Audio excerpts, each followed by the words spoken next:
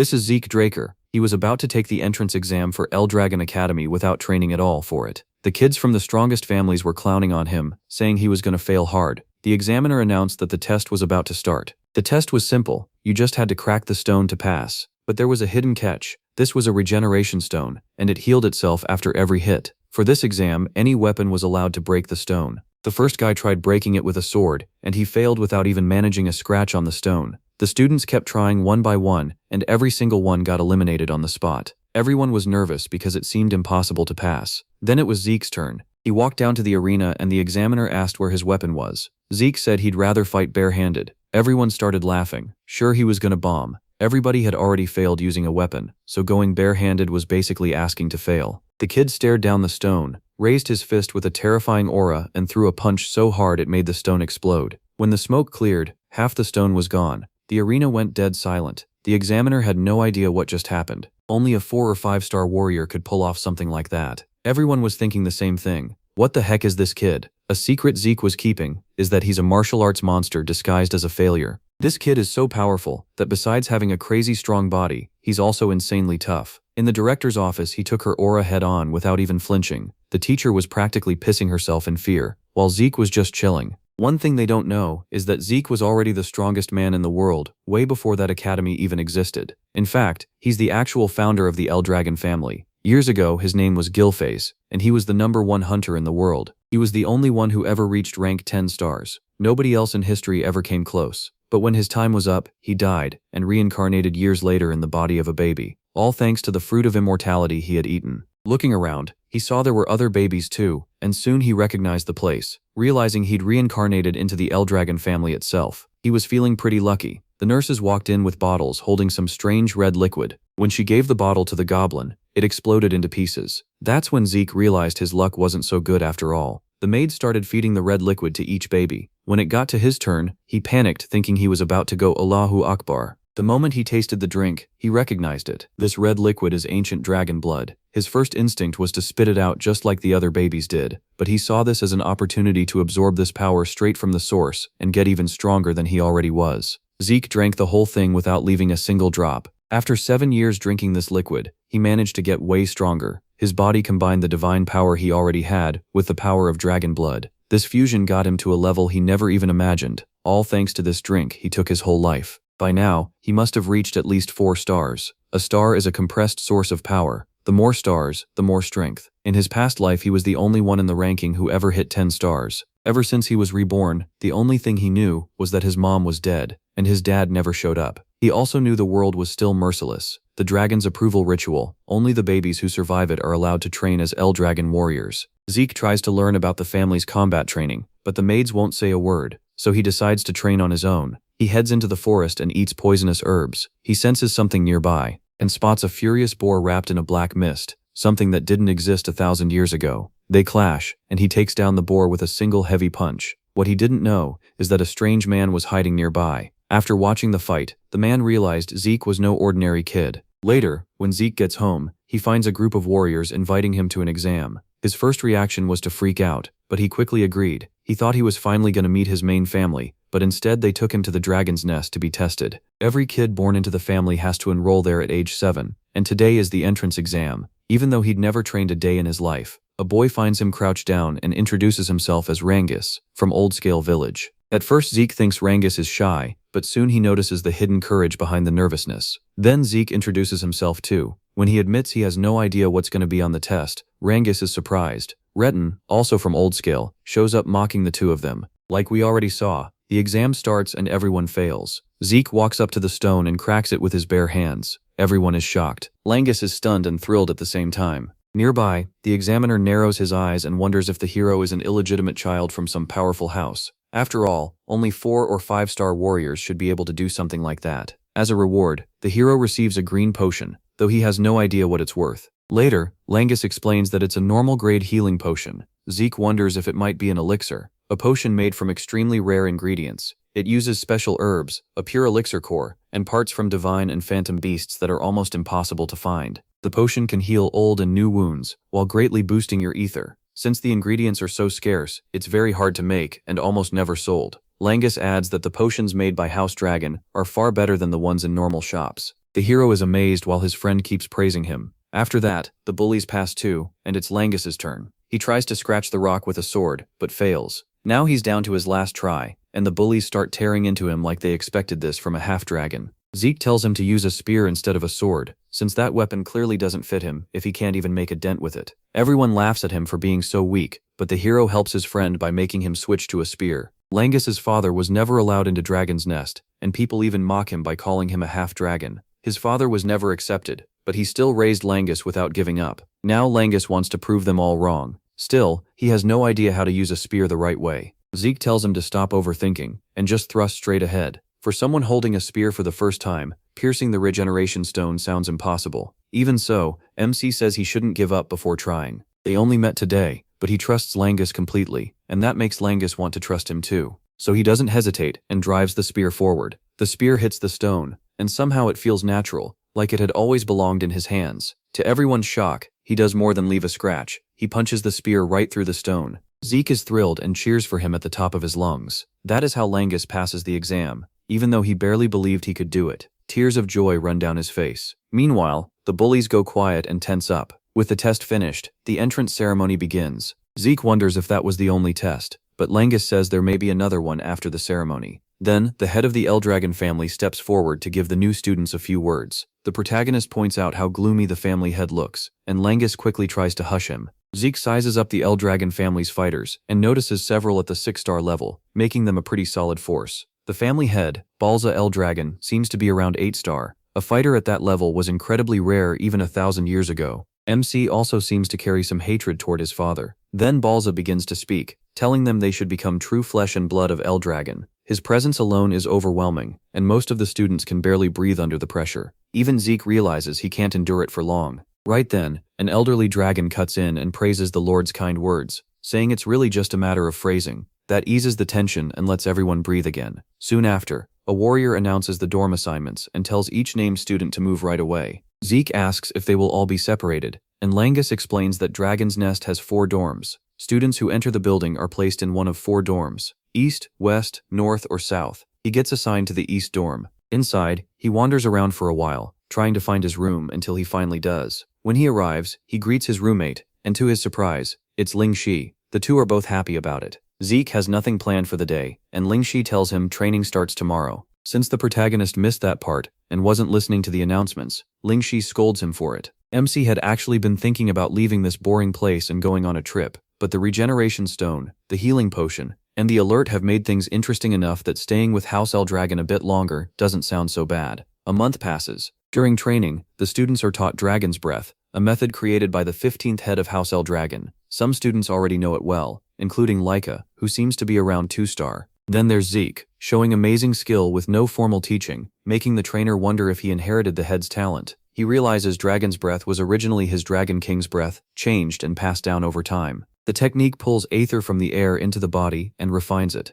helping build up a person's aether. How strong it becomes depends on the user's skill. That's why each noble house improves its own version and keeps the finished method secret. Still, this version only works while standing still, so it's useless to Zeke. His old Dragon King's breath worked even while moving, and was far more powerful, though very few could master it. He had simplified that method to strengthen his clan, never expecting it to survive and change even after his reincarnation. Later at dinner, the protagonist tells Langus to eat up if he wants to get stronger. Since he's still weak, he needs to train even harder. While MC is thinking about how well trained some of the others are, Laika cuts in and says he was amazing earlier. Langus instantly gets nervous and tells him she's the head's daughter. Totally unfazed, Zeke replies that he's the head's son too. He keeps casually answering Laika's questions, while still telling Langus to stop spacing out and eat. That only makes Laika more interested, and she asks him to become her subordinate. She says that as an illegitimate child he needs allies. Her plan is for him to help her become the next head, and she promises a big reward in return, but Zeke calmly turns her down. She even tries tempting him with the head's potions, but he still refuses. Laika can already project ether outside her body, which is impressive for someone her age. He bluntly tells her he has no interest in becoming head and won't serve anyone because he sees himself as the strongest. So Laika challenges him to a fight, and everyone heads to the training ground to watch. Zeke realizes this got serious fast, while Langus warns him that she's not only Bowser's daughter, but also tied to Typhon of Blood, one of the 4 great houses supporting Eldragon. Like the other heirs, she's a genius, and by age 7 she had already mastered every form of her house. That is all new to the protagonist, since he only knew her as the head's daughter. Even so, he stays confident. If anything, knowing less makes him more excited. Langus keeps warning that he has no chance against Laika, but both fighters are ready, and Zeke asks why she's so set on fighting him. Laika says she wants to become the next head, and beating him will help her claim that seat and make him serve under her. When MC seems lost about his own family, Laika asks if it's because he was born illegitimate, then explains that there are 5 heirs competing to become the next head. All the others carry blood from one of Eldragon's 4 great houses. He doesn't, so she wants to crush him now and secure her place. With that, Laika swings her huge sword like it weighs nothing, but Zeke slips past the attack with ease. Her attacks keep coming faster and faster, showing everyone what it means to be the head's child. Laika keeps pressing, yet he dodges every strike without much effort. Even Langus is stunned. Zeke praises her style, but she pushes him to stop playing around, so he finally throws a punch and knocks her down. Laika can't understand why she hasn't landed one clean hit. The protagonist admits she's faster than most 1-stars he's seen, but she's still only a 1-star in the end. He explains that he watched her breathing, the twitch of her muscles, and even her eyes to read her next move. The rest, he says, comes down to experience. Laika refuses to quit and charges again, only to get slammed back down. Zeke is impressed that she gathered true source power in her core well enough to endure that hit. When Langus tries to step in, MC tells him to stay back. Then Laika breaks through to 2-star, something everyone can feel from her aura. At that level, true source power can be projected outside the body for combat, and that projection is called aura. Laika says Zeke is the reason she broke through, but now he has no chance against her. She immediately throws a quick, heavy strike, and this time he can't dodge it completely. Now he's up against a very different version of the true Thunder Spirit Greatsword arts, and that only makes him more excited. Laika follows with her Thunder Grade move, Thunderlight Flash Strike. At first Zeke enjoys the challenge, but he soon realizes her new level is a real problem. Handling that much lightning in his current state won't be easy. Just 1 star of difference changes everything between them. Her movements are still simple, but after reaching 2-star, the Thunder Spirit Greatsword arts explode with power. She was fast before, now she's even faster. The strangest part is the lightning wrapping around her body, something that wasn't possible 1,000 years ago. Zeke can't counter yet, because he doesn't fully understand that power, but he still keeps smiling. That smile annoys Laika more than anything, so she keeps raining lightning attacks on him. Even then, the protagonist stays on his feet. As Lingxi watches in growing panic, Laika offers to stop if MC surrenders and swears loyalty to her. He refuses, so she says she'll use everything she has to finish this. Then she unleashes the first secret art of the Thunder Spirit, Heavenly Thunder. Zeke is blasted to the ground and left motionless. The match is called over, but to everyone's shock, he stands back up while sparks crackle around him. Laika can only stare in confusion. Zeke explains that he was taking her hits on purpose to study them, and now he can use that power too. While enduring those attacks, he kept using Dragon King's breath, which reacted to her lightning and started creating electricity inside his body. Without meaning to, he learned how to control it himself. He doesn't understand all of it yet, but he believes her clan has a special constitution. By mixing both techniques, he gained a huge insight. Thanks to Laika, he also reached 2-star, so the fight is far from over. Zeke is starting to grasp this strange new power, while Lingxi watches, shaken by the true strength of the head's bloodline. Now even Laika's lightning strikes can't reach him. The battle goes on for a while, until Zeke decides to finish it with a new form of his own. As Laika hesitates for a moment, he makes his move and uses that special form, Dragon Slaying Arts, to drop her in a single blow. The fight leaves everyone amazed, and Laika can hardly believe she lost. She still has to surpass her brothers if she wants to become the next head. Zeke just smiles and praises how skilled she is. He even tells her to keep learning, because this won't be the last time they fight. The protagonist offers her a rematch someday, and Laika starts to see him as someone she may never be able to beat. A few hours pass inside the fissure. Lord Balza is holding back as he works on the first form of dragon combat arts. Then a report cuts in. His daughter has reached 2-star. That's impressive for her age, and by graduation, she could hit 4-star or even 5-star. Balza barely reacts. He tells them not to waste his time, and to come back when she can truly use that gift. Then the soldier adds that she was just defeated. The one who beat her was Balza's own son, Zeke. Now Balza starts to get it, because MC's mother had natural talent in battle too, though she died before he was born. What puzzles him is who could have taught him enough to beat a 2-star fighter, but he's told that Zeke reached this level entirely on his own. Hearing that, Balza orders the first trial to begin early. It's far ahead of schedule, and most students haven't even reached 1-star yet. Balza says that makes no difference. Trained or not, everyone faces the same test. Anyone who can't survive the first trial has no future, and he calls them unworthy of Eldragon. He also orders Freya to return and take charge of the trial, making sure she watches everything closely. The next day, normal dragon combat training starts again. Zeke is practicing Ibuki Dragon's Breath, a combat art created by the 15th generation, but really, it's a body-strengthening method made simple enough for kids to learn. Langus asks why the protagonist isn't still training it, but the protagonist has already mastered it. Langus is shocked since they only learned it a few hours earlier. Zeke tells him to turn around and opens a channel to pass his energy through. Langus is amazed and starts thinking this kind of training must feel dull to MC now that he already beat Laika. After that fight, his bond with the Dragon Slayer combat style and its spatial form has grown even stronger. He believes there may be a final form strong enough to kill even a divine dragon, and the protagonist wants to learn how these dragon arts really work. Since he has already mastered the dragon combat arts, Zeke goes back to basic physical training. A little later, Langus asks him for help training because he wants to get stronger, and MC agrees, seeing real potential in his friend. Before long, Laika asks Zeke to train her too. The way he crushed her earlier made her want to grow stronger, strong enough to shock her brother and even him. The protagonist agrees, but asks if she's really okay. Her injuries should have left her bedridden for a month. She says a healing potion fixed that. Without it, she really would have been stuck in bed for weeks. Still, Laika checks again, asking if he's sure he wants to spend time training her instead of himself. MC is ready to guide both of them. Later, he asks Laika if she's truly fine learning from the one who beat her. She says she'll do whatever it takes to get stronger and become the next leader. Zeke asks why that role matters so much to her, and she explains that if she fails to claim it, her family's rules say she'll be married off. Best case, it's a cousin. Worst case, a complete stranger. That makes him furious. He hates seeing people treated like breeding tools. Soon after, an announcement is made about a new instructor arriving. They're told she came despite her busy schedule, so everyone should be thankful. Freya arrives and immediately notices Laika's sharp reflexes and steady aura. She's introduced as Freya Winkik of the Black Dragon Corps. After greeting the students, she spots Zeke and asks why he doesn't seem surprised. The protagonist calmly says there's nothing surprising about it and brings up her unusual skill. That makes Freya see why the clan head is so interested in this boy. Zeke studies her martial art too. She moves so quietly, even her boots make no sound.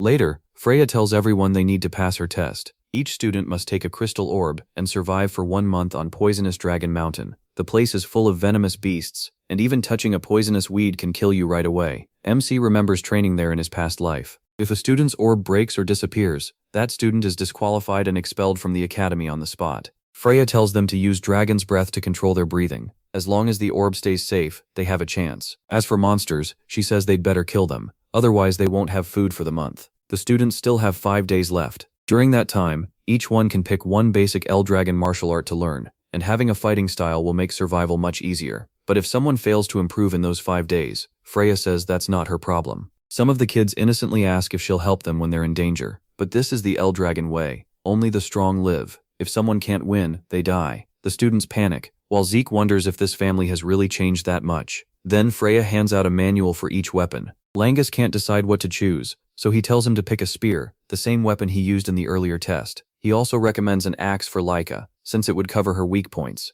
After that, Freya tells them to train like their lives depend on it, because they do. She also warns them that upperclassmen will try to steal their orbs during the test. Still, the forest is huge, so running into them won't happen often. Even so, fear spreads through the students. Zeke tells them to make teams if they can't handle the trial alone, but he plans to go by himself. Then he casually invites them to eat before training. 5 days later, it's finally time for the test, and everyone gathers to enter. Langus nervously says the moment has come, and Laika agrees with a quiet nod. He wonders if it's really okay for him to stand beside her, and mutters that the others are nobles while he's just a commoner. The others step in and remind him he belongs there just as much as they do. Selene joins in, saying she still can't believe they're working with Laika. Laika answers calmly, "There's nothing strange about it. They were all chosen for their ability." Langus grips his rod tighter and promises to give it everything he has, and Raymond says he'll meet her expectations. Laika smiles and says she's counting on them, then asks Zeke if he's really going solo. He confidently says yes. The others look uneasy, and Laika admits she's nervous too. The protagonist raises a brow and says everyone there has talent. She asks if he really means that, and he tells her she and the others are good enough that their test should be easy. Langus quietly notes that Zeke is always confident. Then the new instructor steps up and gets everyone's attention, looking over them carefully. She approves of how they formed groups and says teamwork will keep them alive. Next, she asks for their crystal orbs and explains that each person must guard their own for the full month on Poisonous Dragon Mountain. Since every orb looks the same, MC wonders if that means a lost orb could just be swapped out. Freya goes on, saying upperclassmen on the mountain will try to steal those orbs. One student asks what happens if some of them haven't reached 1 star yet, while another says the task sounds easy. Freya cuts that off and orders the exam to begin. the students rush toward the mountain. Laika tells Zeke she'll see him again after the exam, then orders her team forward. He gives a calm wave, and Freya asks if he isn't nervous. With a faint smile, he says he's fine, and heads in, leaving Freya watching him with quiet interest. That night, an officer beside Freya asks if the exam is too harsh for the students. Another agrees, saying they still lack real combat experience, and wondering how many will make it through. Freya says the mountain's monsters aren't that strong, and teamwork should keep them alive. The officer agrees, then hears Freya mutter about releasing something. He asks what she means, but she brushes it off. After that, she orders another group into the jungle. As a team moves deeper in and spots a student by himself, one archer fires at once, but Zeke catches the arrow with ease and smirks. They stare in shock, muttering to each other, but before they can do anything, the protagonist rushes in and signals that the real game starts now. Selene smashes through the monsters with full force, and when another one jumps in from behind, Raymond steps up with his shield and cuts it down. Lannis charges with his spear and pierces another monster. Laika praises the team, and when they look her way, they're stunned by how many frog monsters she already killed on her own. She laughs and says being 2-star definitely helps. Then she adds that both Raymond and Selene reached 1 star during the week, while Lannis lowers his head, until the others encourage him, saying his star will come soon. Laika agrees and says beating a frog monster without a star is already a big deal, especially with the clean spear work Lannis learned from Zeke. Then she tells them to head back before dark. As they get close to camp, Laika suddenly stops when she sees a senior waiting for them. The senior grins, and Laika asks if he came to steal their orbs. The group goes tense as Raymond raises his shield. The senior admits that's the point of the test, and says he didn't expect to find her team first. Laika warns him to leave before they kill him. There's no way he can take them alone. But before she moves, 3 more seniors appear behind them. The leader draws his sword and swings at her, ordering her to surrender. She dodges, and the others charge in. Raymond blocks the attacks. Selene fights back with brute force, while Lannis struggles to hold on as his enemy demands the crystal. Then Lannis remembers what Zeke told him when he asked how to face a stronger enemy. MC had said Zeke couldn't beat 3 or more upperclassmen head-on, but there was still a way. Lannis had asked what it was, and he told him to wait for an opening. When Lannis asked how to spot one, Zeke said to endure, keep watching, and force the enemy to reveal it. A weaker fighter can't create that opening alone. Lannis had balled up his fists and asked if he could really hold out that long.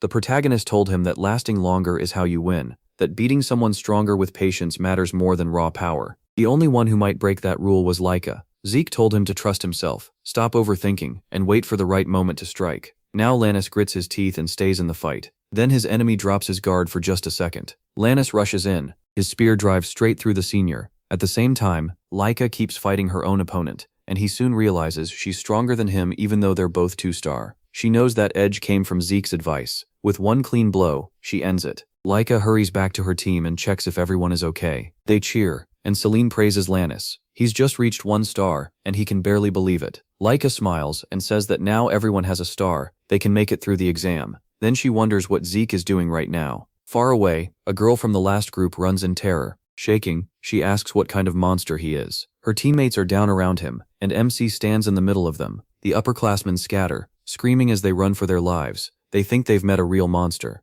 Zeke took them down with ease, and now he's just standing there calm. He even calls them cowards for running. The hunters have become the hunted, and they're sprinting away from a first year they thought would be easy prey. One upperclassman slips and crashes to the ground. It feels like a nightmare when he looks up at him. Zeke coldly tells him to get up and at least try to fight. One look from those golden eyes is enough to break the kid's nerve. The poor guy faints from fear on the spot. The protagonist is almost disappointed by how easily he crushed them, especially after they came at him acting tough. Then he notices someone watching from hiding. Zeke tells the person to come out, and when they don't, he decides that means he can do as he likes. The spy is Ion, a captain from the Upper Dragons. He's stunned that a first year beat so many upperclassmen, and even caught him spying. Interested, Ion decides to report everything to his leader. He goes back to the scarlet-haired woman, who asks for his report. Her men begin with the exam results so far. After 1 week, 32% of the students have dropped out. Still, the survivors are adapting fast, so they don't expect that number to fall much more. But when she asks about the upperclassmen,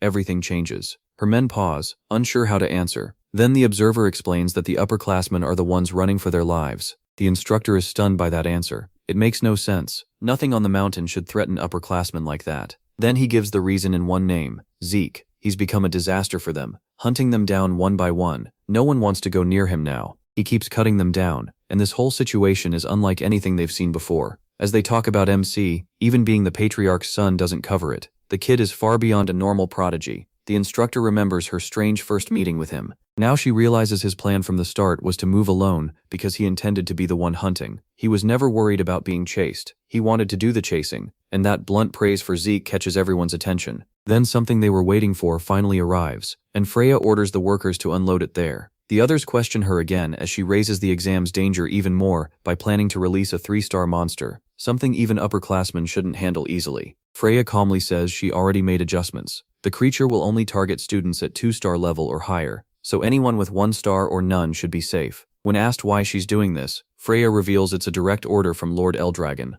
the family head. She's curious how this exam will end, especially when it comes to the monster Zeke has become. Wanting to see if he can handle something like this, Freya tells them to release the creature at dawn. By dawn it begins. Langus and Selene feel the ground shaking right away. Laika's instincts tell her something worse than the upperclassman is coming. Langus first guesses it's just a huge monster, but Laika knows it's something far more dangerous. As the rumbling grows, the students start to panic. Laika spots a tree falling behind them, and yells for everyone to move. She shields Selene, and Raymond protects Langus, keeping them all from getting hurt. Shaken but ready, Laika grips her sword and faces the threat. Langus and the others can only stare in fear. What stands before them is a giant stone golem, something they never expected to find on this mountain. Elsewhere, Zeke sits on a pile of monster corpses and unconscious upperclassmen, looking completely bored. He's so far above everyone else in this exam that no one can challenge him. Then he senses something dangerous in the distance, not a normal monster, but something above the 2-star level, and wonders what the instructor is planning.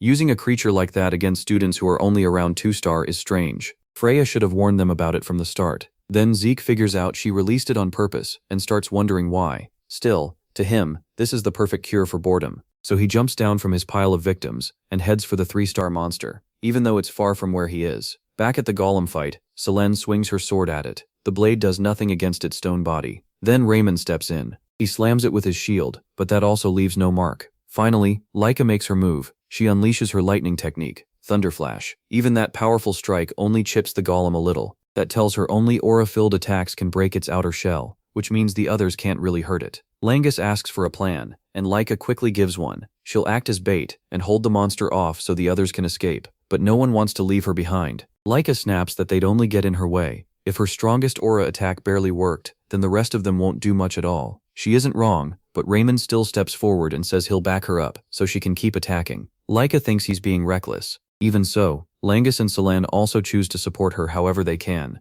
Their resolve changes her mind, and she tells them to cover her while she prepares the next strike. Laika gathers her power, then she bursts forward in a flash of thunder. The golem reacts fast and swings to crush her into the ground. Raymond blocks the blow just in time. Even blocking one hit leaves his whole body shaking. While he recovers, Langus and Selene jump in and keep the golem busy with non-stop attacks. That opening lets Laika leap in from behind with a slash from above. She activates her Thunder Spirit Greatsword art. Then she pounds the giant with Divine Thunder. Lightning tears through the air as the attack lands. When it's over, the monster seems gone. Langus rushes to Laika as she stumbles, drained from using her final move. She thinks they won, and she's just relieved Raymond and the others are safe, but they're wrong. The golem suddenly comes through the smoke and reaches for the defenseless Laika. It grabs her, and her friends can't stop it. Laika realizes she made a huge mistake by not making sure it was dead. Selene is horrified that the monster is still moving after taking that attack. Langus charges in with his spear to save her, but the golem easily knocks Laika away from his reach.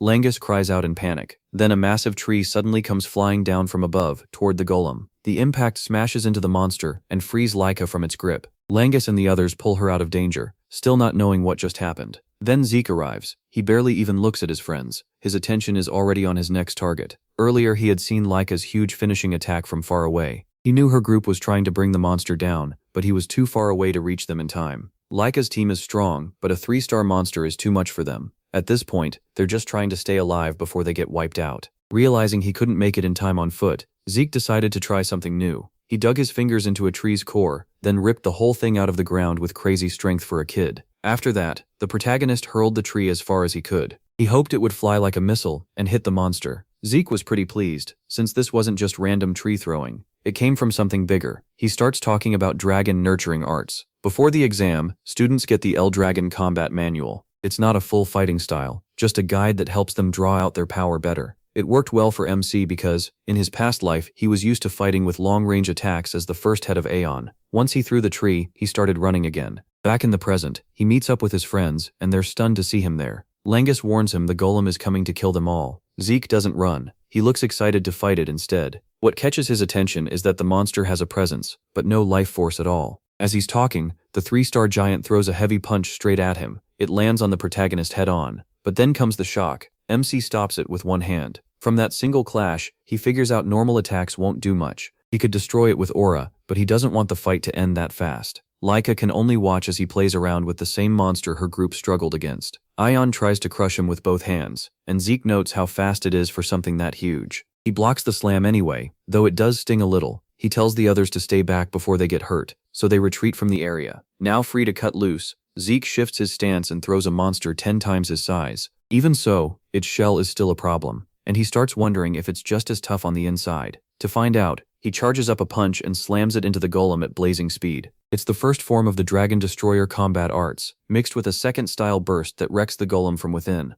The move doesn't just break the outside, it crushes the inside too. Just like that, the protagonist drops it in one hit and actually enjoys himself a little. A month after the exam, we move to the Eldragon family's main estate. There, Zeke gets summoned, and he's clearly not happy about it. On the way, he thinks back on the exam. After the golem fight, nothing major happened. By the end, the group of 7-year-olds had been cut down to 70, but the survivors got used to death and reached the 1-star level. Not long after the test, MC was called in to meet the Patriarch, his father. As they walk down the hall, Zeke grumbles while Freya warns him to show the Patriarch proper respect. She keeps going on about how he acted during the exam and says he basically brought trouble on himself. He still has no clue what she's talking about. He thinks he did nothing wrong. Then Freya snaps and reminds him he wrecked the upperclassmen's exam by attacking and hunting them down when he didn't need to. Because of that, not one upperclassman got an orb, and all of them have to retake the test. Fed up, Freya begs him one more time to fix his tone before meeting the family head. At last, they reach the Patriarch's door. Freya keeps telling him to stay humble, because if he doesn't, he could really be erased. Lord Eldragon is ruthless, and doesn't care about children, and Freya is scared Zeke might be killed. Even he gets a little shaken hearing that. Before going in, Freya announces her rank and purpose. He gives permission to enter, so the two of them step inside. The protagonist looks at the man behind the desk, his first time facing the head of the family. Lord Eldragon already seems slightly irritated, and instead of greeting them, he demands to know why Zeke attacked the upperclassmen. MC answers without a care, asking if he actually broke any rules by fighting them. That reply catches the Patriarch off guard. He keeps pushing. The only rule, he says, was to survive 1 month while protecting the crystal orb. Nothing else was stated, so he followed the test exactly, and if there were other rules, his father should have said them before it started. Freya's expression says it all. She's terrified, especially after warning him not to argue. She tries to calm him down, but his father releases a dark, crushing aura that freezes her in place. The pressure alone is enough to force her to the floor. Freya is sure Zeke is about to be killed. Instead, he feels nothing, and mocks his father again for using cheap pressure the second he gets annoyed. The Patriarch is stunned that the protagonist isn't affected at all. Then he asks how this boy beat a whole group of upperclassmen,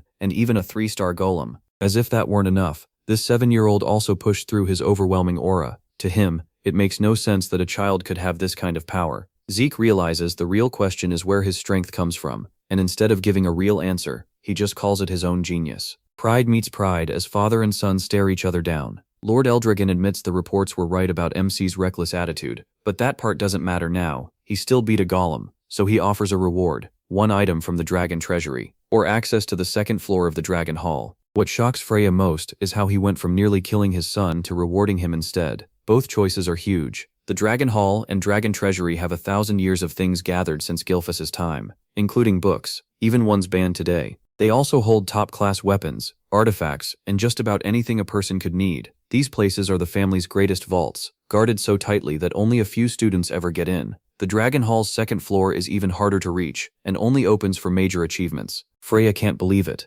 Zeke acts like a brat, and still gets rewarded. Then he pushes his luck and asks for both. Lord Eldragon tells him to leave, but he ignores the order, and says he still has more to ask. Freya knows his mouth is going to get him killed, so she grabs him and tries to drag him out fast. At this point, she looks more like a worried mom than an instructor. But even while being pulled away, Zeke gets in one last shot. He tells his father that the more he forces down his emotions, the farther he'll get from becoming the strongest. In that instant, Lord Eldragon senses the protagonist's potential and realizes this boy could one day stand equal to him. Freya shuts him up and takes him away, leaving Lord Eldragon thinking about the presence he just felt. In the next scene, Freya is ranting again, yelling at him for disrespecting the leader, after all her warnings. MC says he really did try, but gave up. Funny enough, this was him holding back, which says a lot about what he could have said. Freya can't understand why he respects his teachers, but not his own father. When she thinks about his strength and his rough personality, Freya starts to see Zeke as no normal child, and even wonders who he really is.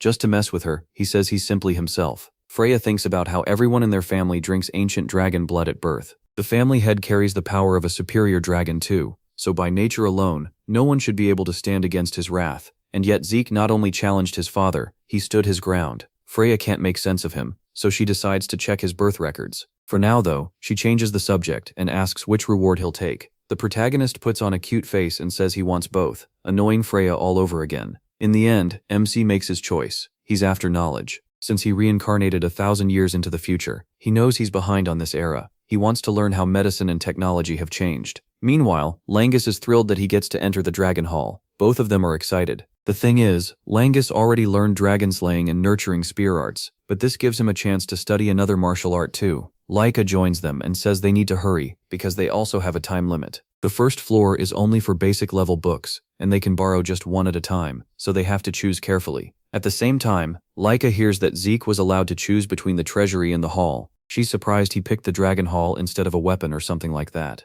Normally, he probably would have, but he's too far behind on the current era's knowledge. The second floor is the real prize. Its books are even rarer than the first floors, and only the protagonist can go there. Even so, Laika thinks nothing in that library can top her Thunderclap greatsword arts. While she's praising herself, MC tunes out. In the next scene, the supervisor tells them they only have 5 hours for the visit, and it's hard to say if that's actually a long time. Laika suggests a simple plan. Borrow the one book they want most, then spend the rest of the time reading the books they can't take out. That helps fast readers the most, while Langus plans to focus on one martial arts book for 3 hours. Picking the right book for each person isn't easy, especially in a library this huge. Once they're teleported inside, everyone gets excited by how amazing the place is. For Zeke, it's way beyond anything he expected. He immediately starts looking for a book that could truly surprise him. Then the reading begins. The second he gets his hands on the books, he goes all in. He tears through everything about magic and chaos. There's no way he can walk away from information this important.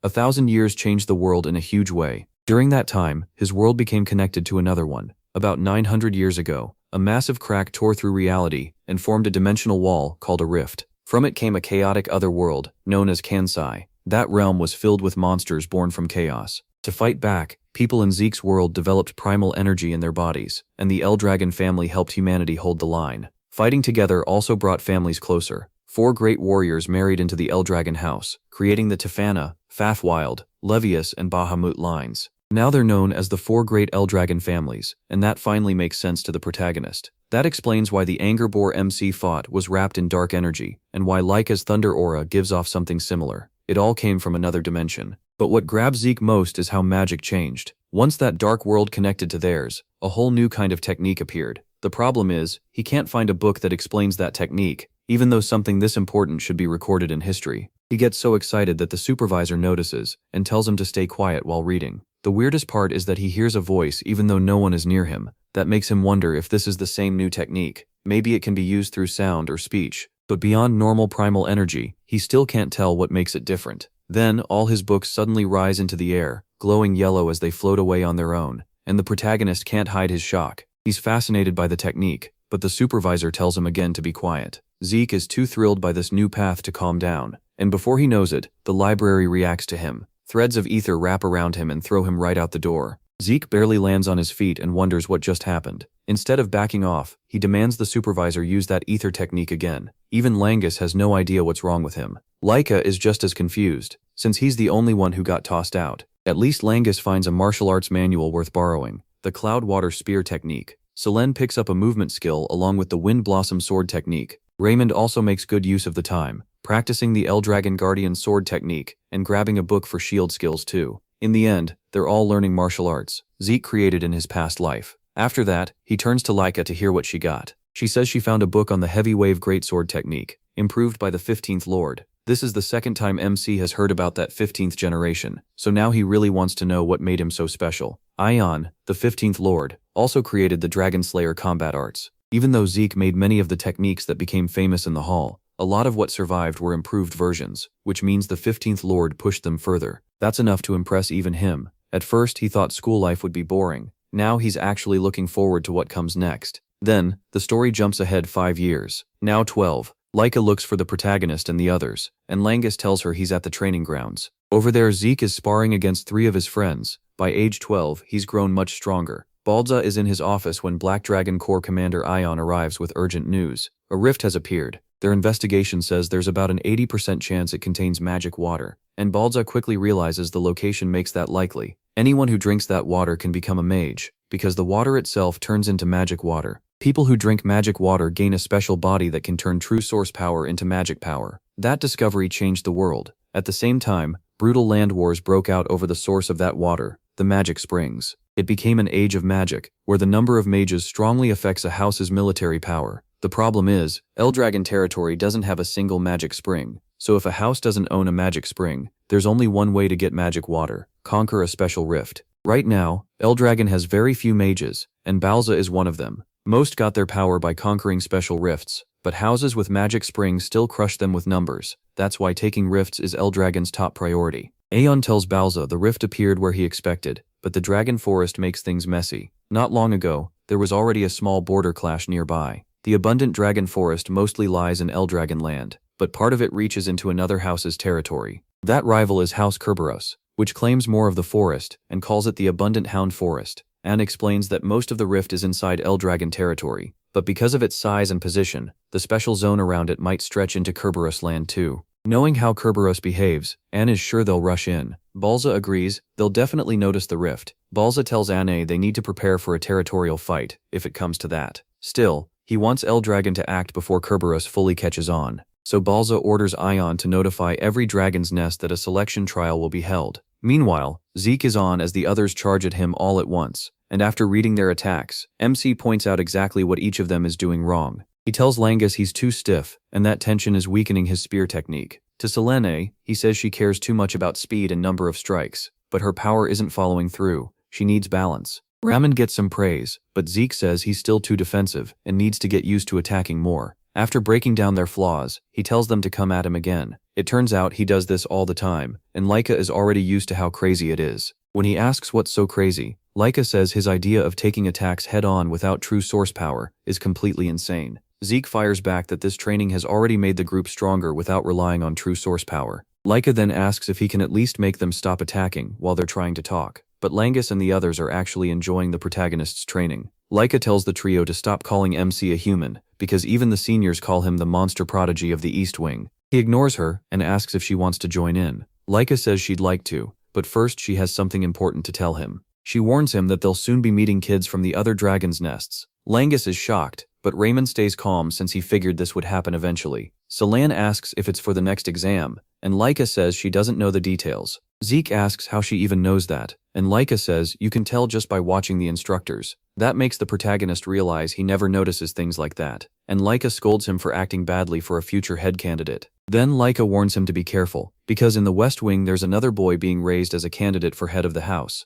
Zeke isn't worried at all, he just wants to see what that guy can do. A few days later, everyone gathers, no matter their grade. Laika suspects it's because of what they talked about before. Soon Freya and the instructors arrive and order the kids to stay quiet. She announces that starting now, for the next 3 days, they'll be fighting the children from the other dragon's nests. The students are stunned, because this usually only happens during the graduation exam, yet they're doing it now. Freya says there are many reasons, but she can't explain everything. She only adds that anyone who survives the match will receive a special mission, and the second Zeke hears that, he lights up with excitement. Each of the 4 halls, East, West, South, and North, will send 7 fighters, using a winner-stays-on format. Freya then tells them to choose their representatives. Later, the oldest students gather under Rick, who says the representatives should come from their year since no one would object. Laika speaks up right away, arguing that the fighters should be picked by ability, not just age. Rick mocks Laika and says this is about strength, while he keeps running his mouth, until Laika releases her aura. Rick and the others panic when they realize she's already 3-star. They thought she was still only 2-star. Laika tells them that if Rick wants to settle it with strength, she's ready. Laika asks if anyone on Rick's side is actually stronger than her. If not,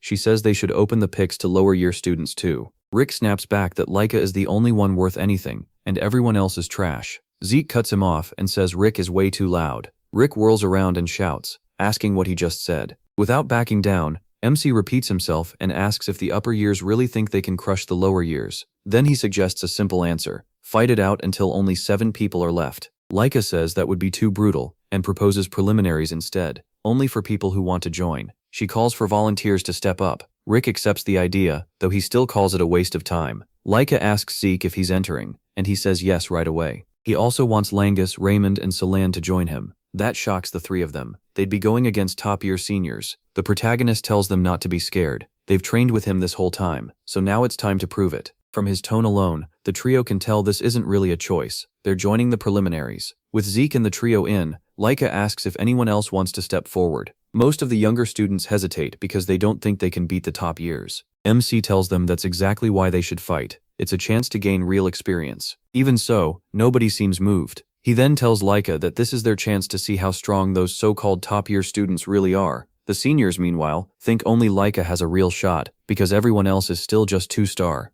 Zeke glances back and sees his group looking nervous. He asks what's wrong, and Langus reminds him they're facing 3-star seniors. The protagonist says all the training they've done with him over the years has to count for something. He reminds them they've all improved a lot. They just need to trust themselves a little more. They're still scared, but they can't deny that Zeke has a point. Not long after, Rick yells for them to come over so he can teach them a lesson. A moment later, Rick's team is already down cold after Langus and the others beat them badly. MC likes what he sees and praises his squad. He notices Langus has gotten much better at parrying attacks and finding openings. Celine is also using the multi-strike Windflower sword style really well. Raymond earns praise too for smoothly switching between shield moves and swordplay. Even Laika has become seriously strong. Zeke knows that if they keep improving like this, it'll help them a lot. Rick can only stare in disbelief. He refuses to accept that a 3-star could lose to a 2-star. He calls him out, asking why he's still talking trash after seeing the result for himself. Pressuring Rick hard, the protagonist says age and star rank are only rough signs.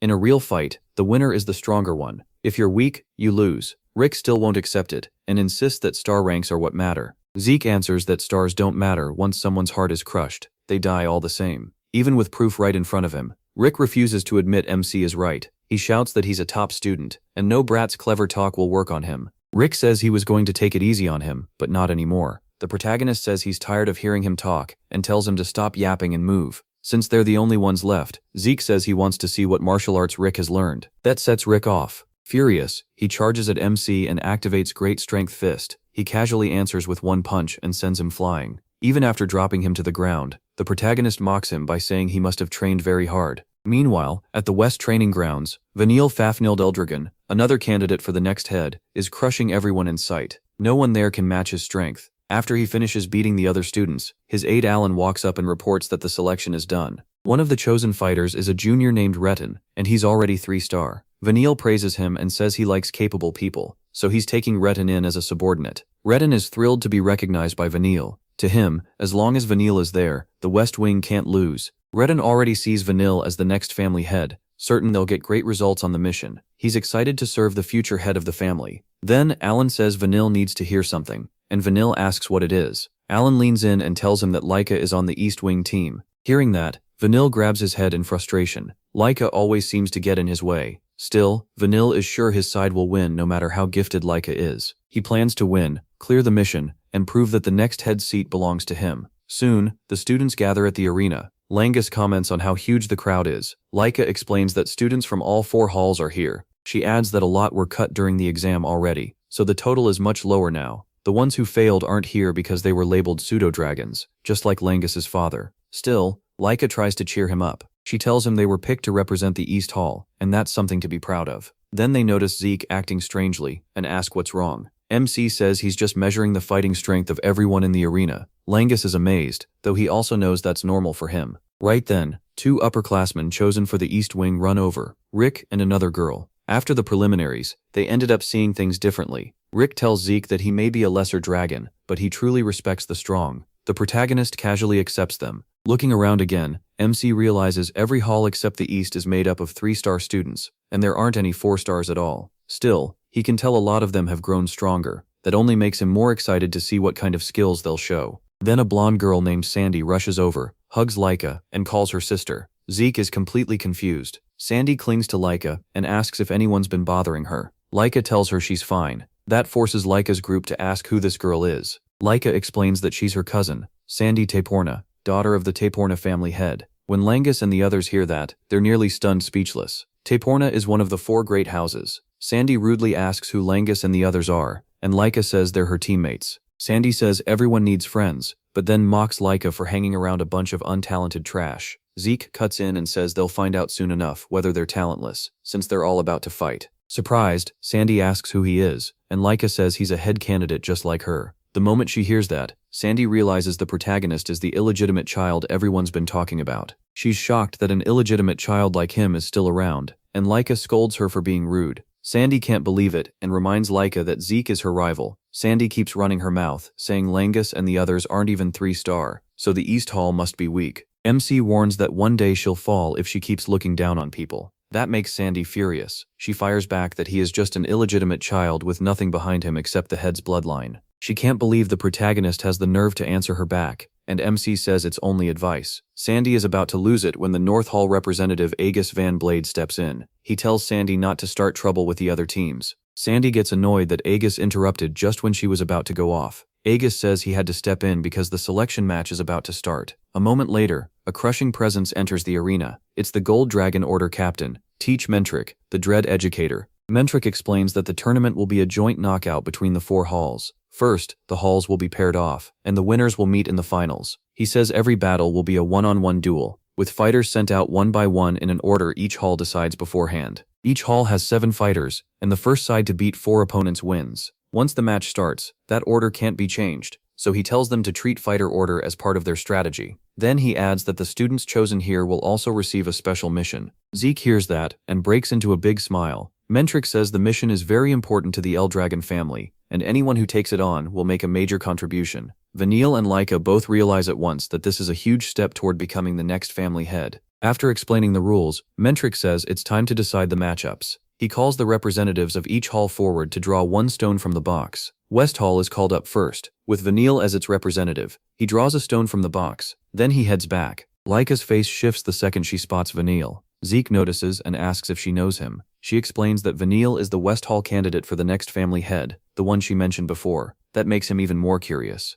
He can already tell Vanille and the rest of West Hall are packed with strong fighters. The other halls are trained well too, but West Hall feels like it's on another level. Zeke also spots Retin and remembers how skilled he was during the entrance exam. He smiles, figuring Retin must have trained like crazy to reach 3 stars so young. Meanwhile, some students in the stands mock Langus, calling him a loser, and wondering why he was picked. Raymond notices the pressure and asks Langus if he's okay. Langus stammers a bit, then says he's fine. Next, North Hall steps forward. South Hall goes after them. At last, East Hall is called. Laika tells Zeke to represent them, since he's their strongest fighter. The protagonist hesitates, saying this kind of thing should be left to the younger ones. Laika can't believe he's saying that when they're the same age, so MC drops it and accepts the role. Seeing that, Sandy nearly snaps and demands to know why he is going up. Laika calmly says it's because Zeke is the strongest. Sandy argues that's ridiculous, since he isn't even 3 stars. She reminds Laika this whole thing is really her battle with Vanille over the next head position. Laika tells her sister to settle down. They're strong enough. Once every representative has their stone,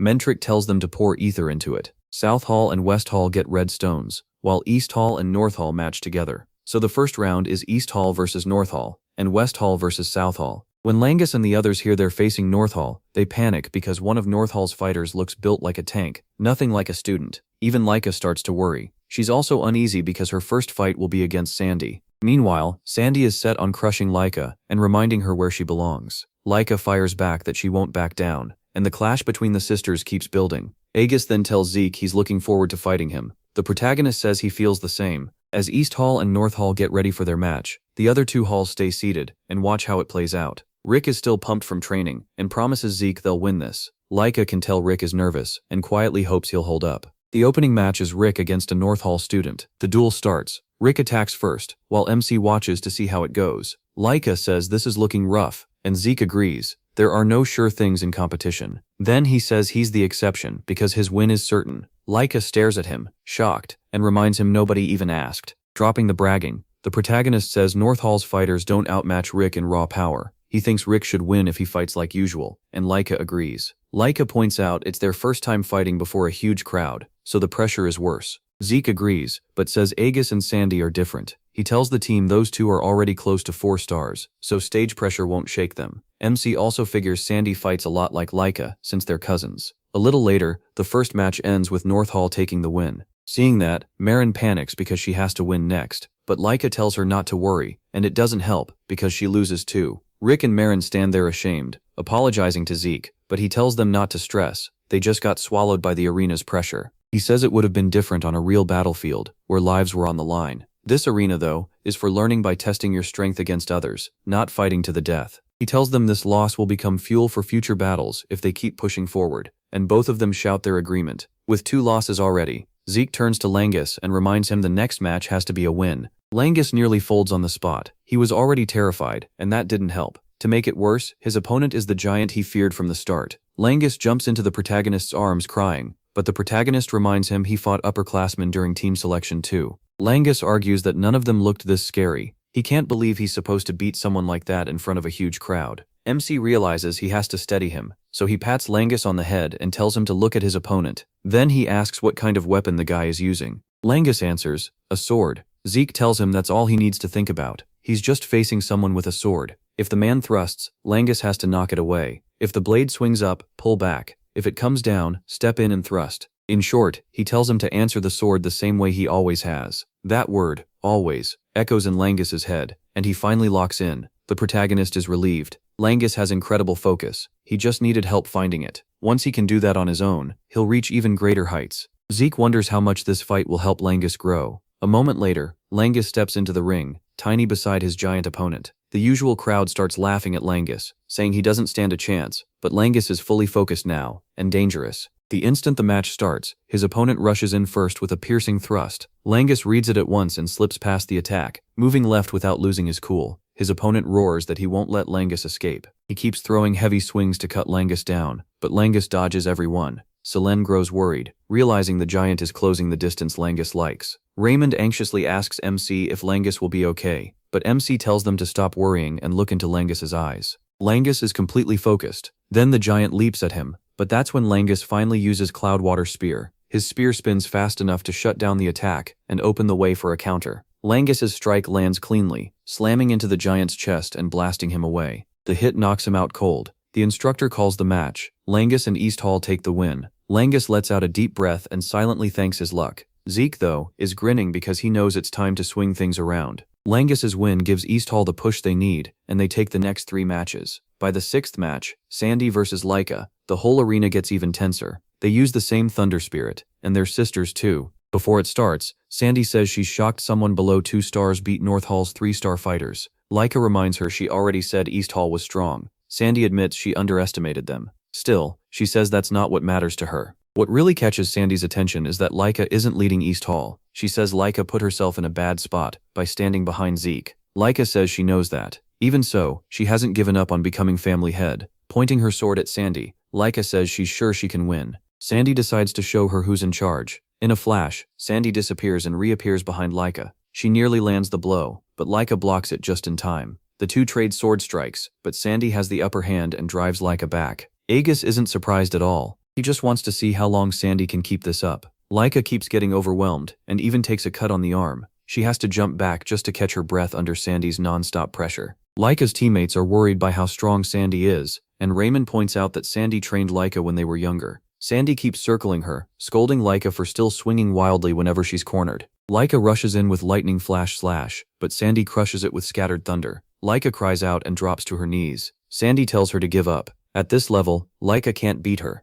Inside, Sandy is furious that she never pushed her father to bring Laika into North Hall. Even with defeat right in front of her, Laika still forces herself back up. Since her sister won't stay down, Sandy decides it's time to punish her. She slashes Laika again and again, then jumps up to finish the fight with one last strike. Langus and the others freak out and call for Zeke, but he stays calm and says Laika is about to break out of her shell again. Sandy's heavy blow comes down on Laika, smashing the ground and kicking up a huge cloud of dust. Seeing that, everyone thinks the match is over. Then Laika suddenly steps out of the dust. She's badly hurt, but still standing. Smiling, she tells Sandy she finally understands her Thunder Spirit Greatsword. Sandy is stunned. That attack was meant to end the match, so she can't understand how Laika survived. Laika agrees. Her old self would have fallen to that strike, but she's trained for 5 years too, and says this fight is only getting started. Before the match, Laika spoke with Zeke. He noticed she was nervous and asked what was wrong. She reminded him that Sandy is her sister and the one who taught her, while her uncle, the current head of the Terpina family, gave her the basics. Whenever Laika got stuck, Sandy was always the one who helped her, so she was basically her mentor. To make it worse, Laika has never beaten Sandy even once. Even after getting much stronger over the last 5 years, she knows Sandy has grown too. She acted confident earlier, but deep down she isn't sure she can win. Zeke tells Laika to think back on all the training they did together, and remember every day of those 5 years. The second Laika hears that, her face drops so hard that the protagonist asks if it was really that awful. MC explains that when her emotions take over, her vision narrows and she stops seeing clearly. He says those 5 years were meant to teach her how to stay calm in battle. Still looking grossed out, Laika reminds him he never went easy on her. Zeke calls that his charm, and Laika can't believe he'd say that when all she remembers is pain. Even so, he says the training worked, and she should now be able to watch her enemy calmly in a fight. Laika agrees, but says the real question is whether that will help against Sandy. The protagonist tells her she'll understand once the match starts. He says her gift for reading an opponent's movements will show her what that training really changed. Of course, Zeke still brags a little. Since she was trained by the strongest, meaning him, she'll be fine. That short talk helps Laika calm down a bit. Since Sandy uses Thunderclap too, MC says this is the perfect chance for Laika to study her sister's Thunderclap greatsword art closely. If she does, she'll come out even stronger. Back in the present, Laika tells Sandy she saw everything clearly, and that Thunderclap greatsword is her magic. She took the attack on purpose and watched it up close so she could finally understand it. That shocks Sandy, who starts wondering what kind of fighter Laika has become. Then Laika rushes at her sister, and Sandy is instantly thrown off by the sudden speed. She can't figure out how Laika changed her movement so fast. Before Sandy can catch up, Laika keeps landing hits and says she understands the Thunderclap greatsword arts now. Sandy doesn't want to believe Laika figured it out and copied it that quickly. In the stands, Langus and the others start cheering because Laika has turned the fight around. Zeke smiles and says fighting someone with the same style can teach you a lot. Rick asks if he knows why Laika's movement changed so suddenly, and he explains that Laika mastered Sandy's Thunderclap greatsword art in the middle of the fight. That's what their training was for, staying calm and reading the enemy, even while taking the attack. He adds that Laika used to lose herself in battle, so all she could see was her own sword. Now, she's different. The protagonist says she can stay calm enough to watch her opponent even in the middle of a fierce fight. By studying a sword style so close to her own, Laika breaks into a whole new level. Even as the battle keeps going, Sandy still thinks Laika can't possibly outdo her, but she quickly learns she was wrong.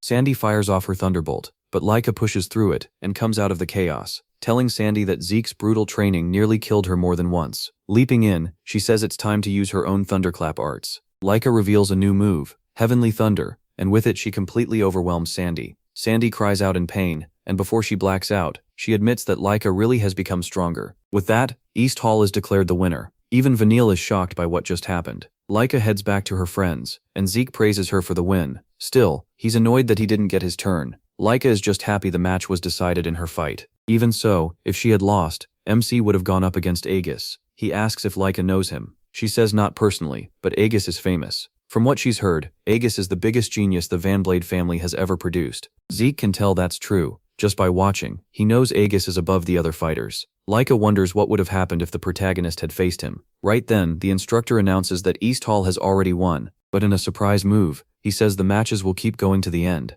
They can't understand why, since the battle was supposed to stop after 4 members were beaten. Zeke also starts wondering what the real goal is, but whatever the reason, he doesn't care. Now he gets to fight the prodigy, Aegis. As they enter the ring, Aegis says he's glad they still get to fight, even after North Hall lost. MC is surprised Aegis wants this so badly, and Aegis says MC is the East Hall representative even with Laika on the team, which made him curious. Aegis says he may have the head's bloodline, but he's still only at 2 stars, while Laika is at 3 stars and still wasn't chosen as the representative. All of that only made Aegis want to fight him even more. The protagonist likes hearing that and says they think the same way. He says he wants this fight too, and the moment Aegis hears that, he gets even more excited. Aegis draws his sword, ready to start. Zeke is just as ready. It's been a while since he fought a swordsman. Aegis moves first and rushes MC in an instant. He is impressed by how fast Aegis closes the gap. Once he gets in range, Aegis uses a sword art that erases the presence of his blade. Zeke is shocked and impressed, but he still dodges the strike. Aegis thought he had him, but the protagonist twists away at the last second and escapes the cut. MC praises the technique and tells Aegis to show him more. Aegis does just that, using another sword art called Wave Blade, which makes his attacks even harder to read. It flows like a wave, and Zeke first thinks it's not a big deal. He changes his mind fast when he sees how deadly it is, then jumps clear to avoid the strike. While in the air, he praises him and says he's not planning to get cut yet. Aegis doesn't pause and switches to a lightning-based technique, using the extra speed to rush Zeke again. Seeing that, the protagonist admits Aegis really is a genius because his attacks are so hard to predict. They're not just fast, they hit hard too, making every strike clean and deadly. MC realizes Aegis could never use techniques like these without pushing his body through brutal training. He keeps dodging, and now Aegis is impressed that he still can't pin him down. Aegis praises the protagonist and asks what kind of training he does. The protagonist tells him to join him sometime if he wants to know. Still, MC says they can talk after the fight, then finally decides to attack. He charges Aegis with a powered-up punch. To his surprise, Aegis blocks it with his sword and even absorbs the impact. Even so, Aegis is impressed and tells Zeke his power doesn't feel like that of a 2-star fighter at all. He is just as surprised that Aegis adjusted to his style that quickly, faster than he expected. Aegis asks if the protagonist was done studying him, and if that's why he finally attacked. MC says yes. Aegis is surprised he already read his martial arts, but that only means he doesn't need to hold back now. Aegis springs at him, and he thinks he's about to repeat the same move as before, but he quickly realizes he's wrong when he senses Aegis's afterimage. By then Aegis is already right on top of him, and his blade cuts across Zeke barely avoids the full hit, but his chest still gets sliced. Smiling, Aegis tells the protagonist he still has plenty more techniques to show. Being the battle addict he is, MC breaks into a huge grin, because this fight is only getting more exciting. Later, Sandy wakes up and realizes she really lost. Her teammates rush over to check on her and apologize for losing their own matches. They think they dragged Sandy down, but she tells them not to blame themselves. The other side was just really strong. She tells them to use this loss and come back better next time. Then Sandy guesses the West Wing and South Wing have already started fighting. Her teammates say no and point to the arena, where an amazing match is happening right now. Sandy looks over and freezes. She's shocked to see Zeke and Aegis battling like total maniacs. Once she recognizes Aegis's technique, she realizes he's using everything he's got, and when she sees him handling Aegis at full strength, Sandy recalls Laika saying he was the strongest of them all. Back in the arena, Aegis tries a different technique, but that fails too. Now he's left wondering what kind of body Zeke even has. The protagonist says he worked hard on his basic endurance. Martial arts matter, sure, but the basics matter just as much. Aegis can only agree, and decides he needs to start training his body more too. After watching how Aegis fights and seeing his talent, Zeke decides he'll become someone important later on. This fight also makes MC finally see how different the present is from 1,000 years ago. Back then, martial arts were all about the attack itself, and real combat meant showing everything through your own technique. Ether was mostly there to support that, but in the modern age, Aether itself is used to shape and express everything. So now, mastering Aether is the core of martial arts. Zeke grins, realizing it took him way too long to understand that because he was so focused on technique. He smiles like a beast, thrilled that 1,000 years of change could be this interesting. Meanwhile, Aegis is amazed that he has shut down every technique he's used so far. In the stands, Langus complains that they've been going at it for 2 hours and still don't look close to stopping. Then Laika says it's almost over, and in the arena, Aegis realizes Zeke is finally ready to beat him now that he's finished reading all his moves. The protagonist confirms it and says the fight was fun while it lasted. Aegis agrees. Then MC says he'll show Aegis his respect by using what he learned in this battle. So he unveils a new technique, and Aegis smiles, knowing he never really had a chance. Even so, he says he won't go down easily and fires off his strongest technique. Zeke answers with his new move, sending a storm of energy punches down from the air. The attack blasts through the whole area, and even the students have to shield themselves. That insane clash of power leaves everyone staring in awe. When the dust settles, the instructor calls the match. Aegis's sword is shattered, and he's collapsed on the ground, worn out. Still smiling, he admits he has a long way to go. Zeke lets out a cheer as he's named the winner. The students are stunned. They never thought the protagonist could win, and now they're wondering who he really is. His teammates, though, aren't that shocked. They know what MC can do. Laika uses the moment to scold him for wrecking the arena and showing off his ridiculous power again. Zeke argues that a huge win should count for something, but says they should move on from his fight and pay attention to Vanille's match instead. The protagonist says the West Wing has the strongest lineup overall, but the South Wing seems to have one standout fighter too. He expected it to be close, but the West Wing completely crushed them in the end, with Vanille looking especially fired up. Before that match, Zeke admitted his last attack did too much damage, and the arena might take forever to fix, but Langus tells him not to worry. MC is shocked when the arena starts repairing itself. Langus explains the whole place is built with a rare stone called Aetherlight. By pouring Aether into it, the arena returns to normal, and that leaves him amazed. He says it's incredible they used something that valuable to build the entire place. After the West and South finish, the instructor senses something is off. He doesn't believe Vanille should have been able to beat the South's top girl Lila. Even so, Mentrix stops the match and names the West Wing the winners. He announces the finals will be East Hall versus West Hall in 1 hour. Even students who know how strong Lila is can't believe she lost. Zeke also feels something is wrong, because Vanille and Lila aren't that far apart in skill, but for some reason, Lila's power output is terribly low. That's why she got crushed so badly by Vanille. Zeke can tell the instructor noticed too, but nobody actually knows what's going on. Raymond talks about how amazing Vanille is for beating Lila like that, but Celine says something feels wrong. Marin suggests that maybe it only seems strange because this is their first time seeing elites from another hall. Rick also praises Vanille, putting him up there with the protagonist and Laika. Then Rick notices Langus has gone quiet, and asks what's bothering him. Langus says Vanille is impressive, but what really worries him is how strong the whole West Wing looks, since they have to face them next. He quickly apologizes for sounding weak before the match, but Marin says he's right. She reminds them she lost too, and it hurts knowing they don't measure up to West Hall. Even so, Rick decides he'll fight to the end, just like Langus and the others who keep taking on stronger opponents. His spirit ends up firing up the whole team. Zeke is glad to see everyone motivated again. Still, he's even more worried about Laika, because she looks shaken after failing to notice Lila's loss wasn't natural. Since he doesn't know enough yet, MC can't just tell Laika not to worry, and that leaves him unsure what to do. Right then, Laika leaves the arena and tells the others she needs some air. She heads to the spring near the arena to think things through. She's shocked that Vanille got strong enough to beat Lila so easily. She knows even Aegis would struggle against Lila, yet Vanille handled her without trouble. Laika remembers losing to Vanille the last time they fought, back when she was 5. Since then, she's trained to get revenge, and she thought she'd finally caught up. But if things keep going like this, Vanille's next opponent will be Zeke. Part of her feels relieved,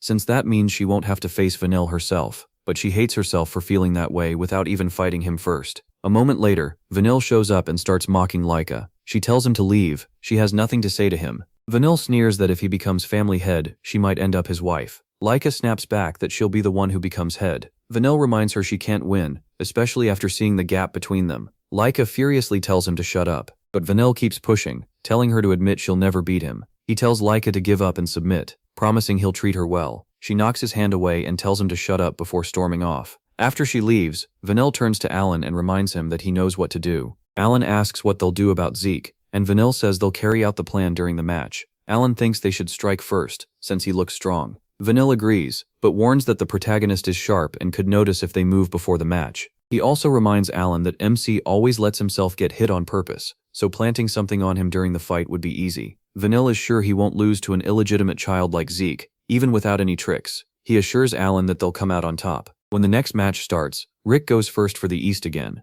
Inside, he's upset that he and Marin are seniors, yet still the weakest reps. The West Wing intimidates him badly, and he starts wondering if he can really win. While he's stuck in his own head, Zeke walks up behind him and smacks him, calling him an idiot. He asks where all Rick's confidence went, and Rick starts stammering. Then he asks if he plans to fight just to lose. Rick says no, and the protagonist tells him to fight to win no matter how big the strength gap is. That's what really matters, and the words fire Rick back up. Zeke reminds him he's trained enough, now he just needs to trust himself. Before sending him off, MC gives one last tip: relax your shoulders. Rick doesn't get it at first, so he explains that great strength fist gathers power into one point, but if your body is too tense, that power spreads out instead. He demonstrates it for Rick, and tells him to loosen up. With the protagonist's help, Rick gets fired up and shouts that he can do this. Then the protagonist sends him into the arena. After Rick leaves, Laika walks over and asks Zeke how he knows so much about other martial arts. MC says that's a pretty dumb question. The only answer is that he's just him.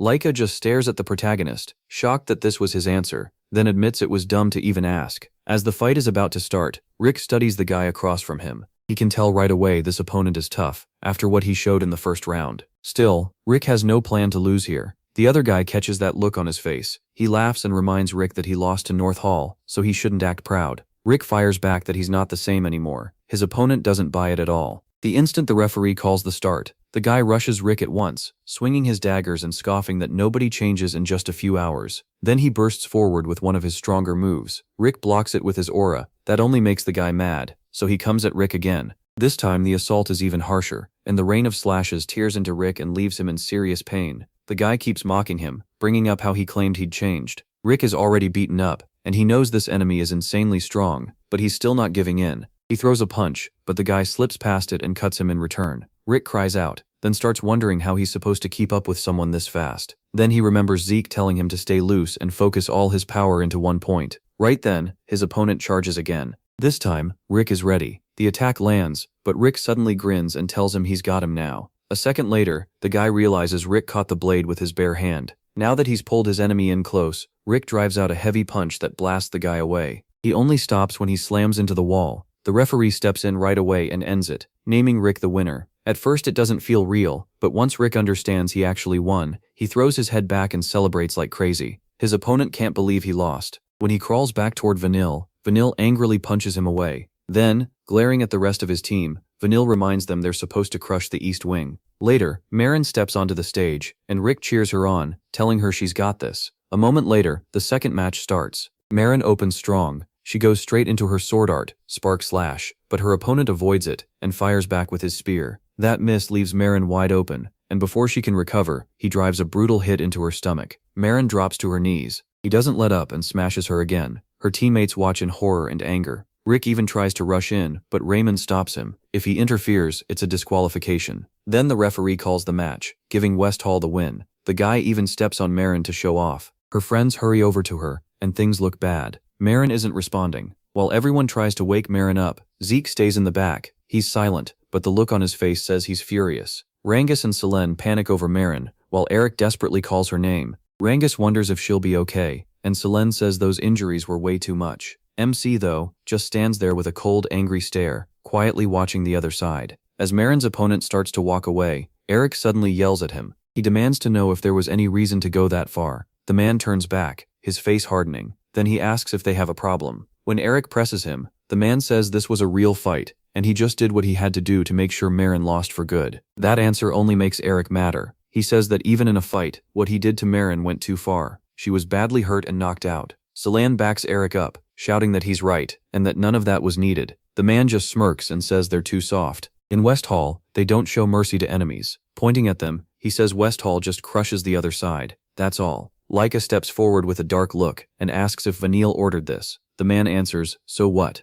Then he tells them to forfeit if they don't like it. He asks Laika if she doesn't get what it means that the referee never stopped the match. He goes on, saying Marin still had the will to fight, so all he did was break it. To him, that was natural. Laika snaps back in anger, but Marin's opponent just complains that they're too loud before turning away. As he leaves, he mocks them and says they should worry about themselves, because they'll all end up like Marin. Not long after, Retin steps in and says that's simply how it works. If they want, they can forfeit right now. Then he looks at Rangus and asks if he heard all that. Rangus turns toward him, sweating, and quietly says Retin's name. Retin casually tells Rangus to get used to calling him that, then asks if he's planning to forfeit their match. Rangus says nothing. Retin mocks him again, saying if Rangus wants to get played with like Marin, he won't stop him. He even asks if Rangus wants the same treatment as back in the village, calling him weak. Rangus lowers his head, his face going dark. Laika is furious, but Rangus stops her and says it's fine. Then he slowly gets up and says he isn't running. That makes Laika turn and stare at him in surprise. Rangus says that today, right here, he's going to surpass Retin. Retin instantly looks annoyed and demands to know what Rangus means. As Marin stays unconscious, the medics keep treating her. All around them, the crowd watches in silence. In the arena, Rangus lets out a long breath and tightens his grip on his spear when someone suddenly calls his name. He jumps, confused, then quickly realizes the voice is Zeke's. When Rangus looks over, he calmly tells him not to worry. Nobody else can hear this. According to the protagonist, he's speaking straight into Rangus's mind. He says he recreated this trick years ago after reading a lot of books. Rangus doesn't even know where to start with that, but Zeke tells him the important part is that he's calling to give advice. When Rangus asks what kind, MC says, clouds drift free and water flows gently. Rangus wonders what that's supposed to mean. Zeke goes on, saying clouds move without worry, and water flows soft and easy. Whenever Rangus is struggling, he should picture that. Just then, Mentric asks what Rangus is doing, and Rangus quickly apologizes before taking his stance. Mentric then announces that the next battle between Westhall and Easthall is about to begin. The moment Rangus hears the signal, he steps in and strikes at Retin with Cloudwater Spear style, Water Pierce. Retin is surprised by Rangus's speed for a second, but he still knocks the attack aside and deflects the spear. Then Retin tells Rangus not to get cocky, calling him a weak little runt. He uses Serpent Strike sword style, Ambush Pierce, his aura taking the form of a snake. It shoots straight for Rangus's chest. Even as Rangus blocks, Retin sneers that this is all Rangus has after talking so big, then rushes in again while calling him pathetic. Rangus says nothing and raises his spear to meet the next blow. But when Redden uses another Serpent Strike move, Serpentine Slash, Rangus gets caught off guard. The strike bends like a snake, making it impossible to block cleanly, and it hits him in the side. Rangus is sure he defended, but Redden somehow changed the attack's path in the middle of the swing. Redden mocks him and tells Rangus to hit him back if he can. Rangus refuses to back down and says he still can. He launches Cloudwater Spear style, flowing clouds and water, but before the weapons meet, Redden smiles. A second later, his strike curves again, hits Rangus, and blasts him away. Laika and the others are shaken, while Zeke watches without a word. He still says nothing as the fight goes on. When the dust clears, Rangus is on one knee, still holding his spear. He thinks he's been trying to block and counter, but every move keeps getting used against him. Redden asks if that's what Rangus was aiming for. Laughing, Redden tells him to stop joking. He says countering is his specialty, and for Rangus that's bad luck, because he's above him in every way. Rangus struggles to stay on his feet, and grips his spear tighter, saying that can't be true. But Redden suddenly steps in, grabs Rangus by the hair, and sneers that he's living in a fantasy. Then he says a child of a pseudo-dragon could never be strong, and that Rangus is nothing but a weakling like his father. Even in pain, Rangus warned Redden not to insult his father. Redden yanked his hair, slammed a punch into his face, and called him a fake dragon. Rangus crashed to the ground. Redden kept kicking and beating him, yelling that a fake dragon could never beat the real one. As the blows kept coming, Rangus started thinking maybe Redden was right. He believed he'd gotten stronger, but now it felt like he had only fooled himself. Tears slid down his face as that thought sank in. In his head, the same words kept repeating. He was only a fake dragon. Then a memory came back. He was by a river, fishing with his father. His father asked if he liked fishing, then said he liked it too. He said he loved fishing while watching the clouds and the moving water. When Rangus asked if he liked those too, his father said yes. With a smile, he said the clouds drift so peacefully, and the river never stops flowing. Watching both made him feel that people's worries were actually small. When Rangus asked what that meant, his father only said that maybe one day he would understand it too. Back in the present, Rangus lay on the ground, bloody and barely moving. He whispered, drifting and flowing. Mentrix said nothing and kept watching closely. A moment later, Redden grabbed Rangus again and said this was the end, pulling Aura into his fist for the final hit. Redden sneered that a fake dragon would always stay fake and should crawl through life on his hands and knees. But then Rangus opened his eyes. He remembered what Zeke told him before the match. Be like gently flowing water. Rangus's aura started moving through his body in a smooth, steady flow. Just before the punch landed, Rangus blocked it. Redden froze at that sudden defense, and when he felt the aura coming from Rangus, he jumped back and hurried to recover his sword. Mentrix smiled, surprised by the sudden shift. He had seen the third star on Rangus's chest light up, proof that Rangus had reached 3-star level in the middle of the fight. Redden's face twisted at once, dark with anger. More than anything, he couldn't believe Rangus had broken through during their battle. That only made him madder. Redden refused to accept that Rangus now stood at the same level, snarling that he'd never injung a fake as his equal. Getting ready to attack again, he shouted that he'd never accept someone he used to mock reaching the same 3-star rank. Redden instantly used Serpent Strike sword style, Serpentine Slash, sending a fast, twisting blow at Rangus. Even with one eye nearly swollen shut, Rangus moved at once, and slipped past the strike, even when it changed direction. Redden was stunned. That attack had hit before, so how did Rangus dodge it now? He started to wonder if Rangus had already figured out his pattern, and he couldn't stand the thought. Refusing to believe it, Redden attacked again with rampaging Serpent Flash, raining blows down and daring Rangus to survive this one. But Rangus dodged every hit, moving as naturally as drifting clouds and flowing water. Laika could barely believe it. Zeke watched calmly, and said Rangus had taken one more step toward the essence. Curious, Laika quickly asked what he meant. He explained that clouds drift and water keeps flowing no matter what. Rangus was starting to do the same, taking force in, letting it pass, and adjusting with each move. He added that he had shown Rangus a small glimpse of it earlier, but now Rangus had truly made it his own during this fight. Laika stared in awe, sweat forming on her cheek as she said she couldn't believe Rangus had done that so fast. Still, Zeke pointed out that Rangus didn't even seem to realize it yet, which showed just how sharp his focus was. Redden could only curse as he watched. For the first time, fear started creeping into him. In a desperate yell, he warned Rangus not to come closer, and threw out a storm of attacks. Still, every strike missed just like before. When his sword finally met Rangus's spear, Redden couldn't handle the force behind it. As he tried to attack again, Zeke suddenly laughed, saying this was exactly it, because water isn't always calm. The moment Redden saw what Rangus was about to do, panic hit him. He turned and ran, cursing and wondering how Rangus had gotten this strong.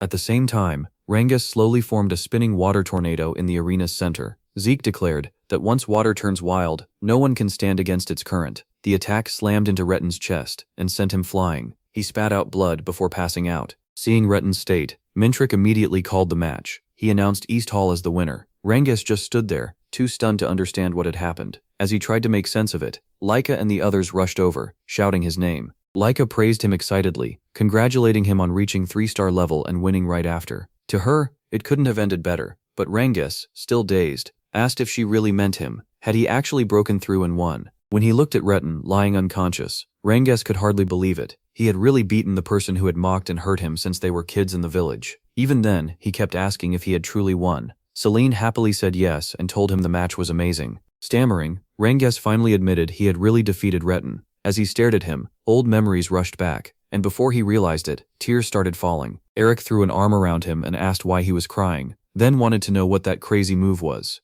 Rangas still had no idea what he meant, and Laika said she wanted to know too. Reynolds said it looked like a giant water dragon shooting up like a waterfall, wild and incredibly cool. Rangas could only shake his head and insist he didn't know any move like that, but Reynolds was sure that was exactly what it looked like. Then Zeke finally revealed the technique's name, Rising Dragon Pierce. Smiling, the protagonist said it came from the second volume of the Cloudwater Spear style, even though Rangas had only learned the first. Rangas was shocked, and Laika quickly asked how the protagonist knew about the second volume. MC, however, couldn't tell them he was the one who made it. Then Laika realized how amazing Rangas really was. He had reached the second volume by training on his own. Zeke thought to himself that Cloudwater Spear style was something he created in his past life, though he didn't remember putting it into a book. Most likely, later generations wrote it down and split it into volumes, keeping its true core in the higher levels so inexperienced fighters couldn't reach it. Even so, Rangas had found his own way to that hidden core. To him, it was a great sight to see such young talent bloom. Just then, Mentric called out to East Hall and asked how long they planned to keep chatting. Selene quickly apologized. Eric then said they should use this momentum and finish the rest, and Selene agreed, saying she'd do her best. After Rangas's win,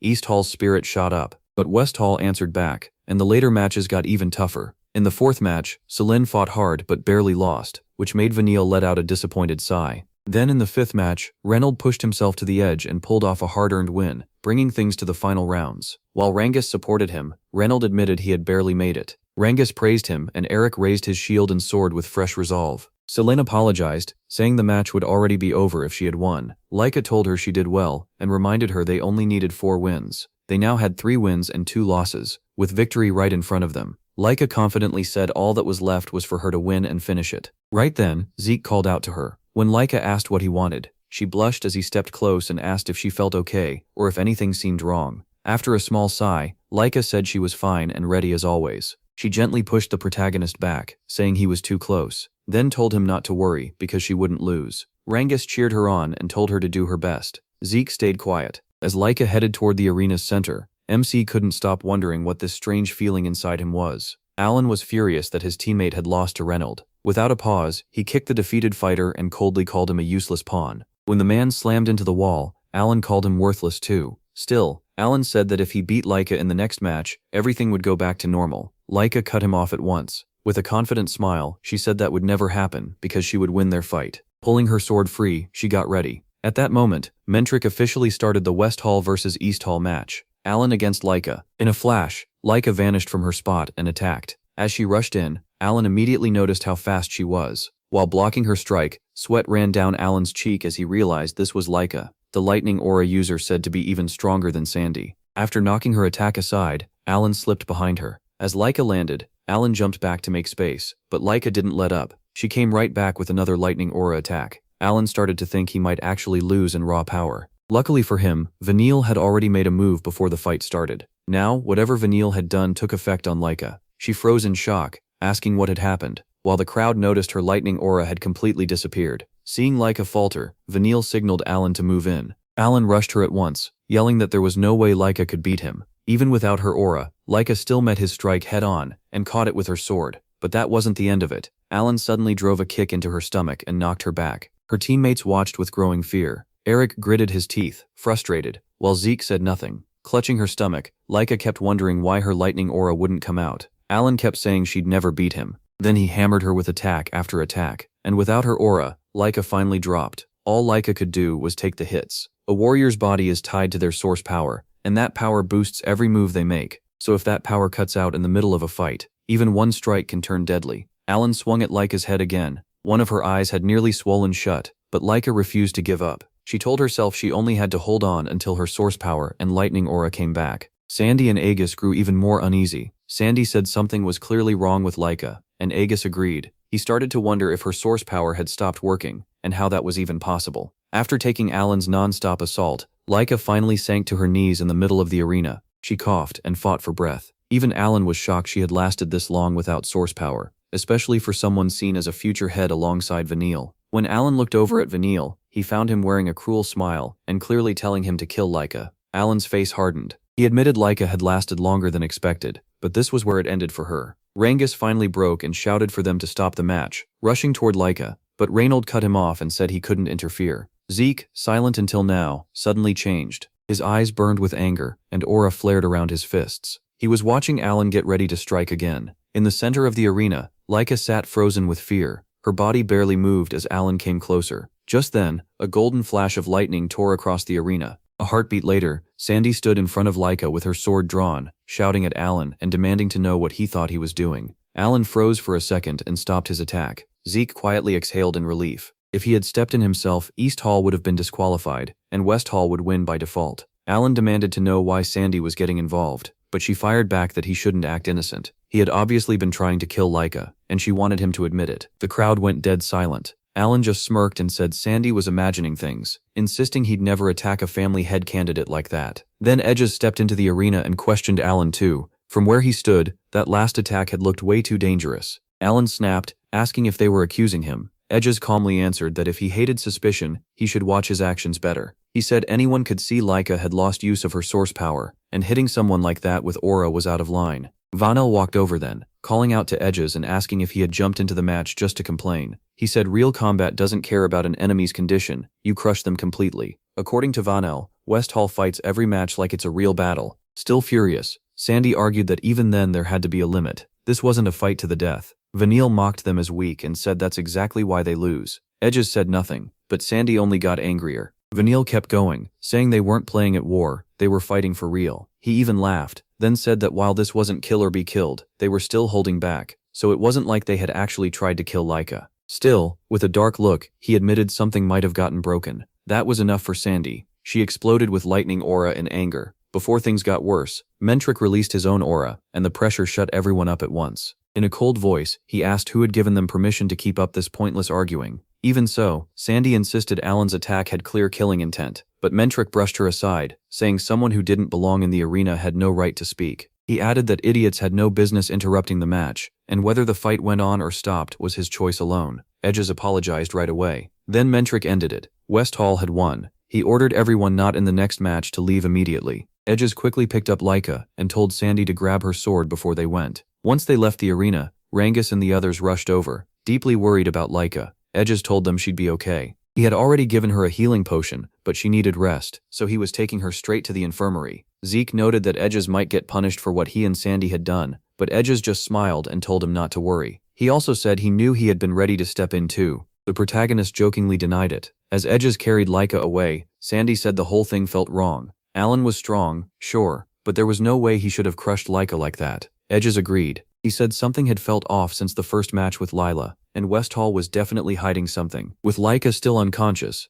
Edges warned Zeke to be careful when he fought Vanille. MC gave a small nod and thanked him for the warning as he headed toward the center of the arena. Vanille leveled his weapon at him and said it was too bad, he would never beat him, and East Hall was already doomed to lose. Zeke ignored every word and casually stretched right in front of him. Vanille went quiet, his face twitching with anger. Then Mentric announced the 7th match, East Hall versus West Hall. The instant he started it, the protagonist moved. In one blur, he smashed a punch into Vanille's jaw and sent blood flying. MC coldly said Vanille's smug act pissed him off, and he wanted to see how long it lasted. The punch launched Vanille all the way into the far wall, setting off a huge explosion. The entire crowd was stunned. Even Mentric's eyes widened at what he had just seen. Zeke added that for someone who bragged so much about real combat, Vanille had left himself wide open, then asked if this was really the kind of combat Vanille liked. Before he hit him again, he first asked Vanille a question that left the West Hall fighter visibly shaken. The protagonist said he'd fight in real combat mode too, and asked if Vanille was sure he wouldn't regret it. Vanille asked what he meant, then arrogantly claimed the protagonist would be the one sorry, though deep down he was confused. MC spoke again, and as he clenched his fists, his eyes gave off a faint glow and his face turned cold. Suddenly, Alan shouted, "Lord Vanille," in shock. He launched another heavy attack at Vanille, but Vanille barely answered with a strong counter of his own. a fast sphere of wind rushing toward Zeke, but before it landed, the protagonist simply tipped his head aside and let it fly past him into the arena wall. When Vanille got back up, he cursed under his breath. He had clearly felt MC's blow, but he couldn't understand why he was still standing there unharmed. Vanille knew he had countered the moment he attacked, so this made no sense to him. The protagonist then said he understood now. Vanille had wind-type source power. He asked if Vanille came from one of the 4 great sword families, and whether that was his clan's special power. Vanille, still furious, only called the protagonist a bastard. MC mocked him, asking how real combat felt, and saying he'd even matched Vanille's style a little, just for him. That only made Vanille angrier. As he demanded an explanation, he suddenly froze. He was already behind him.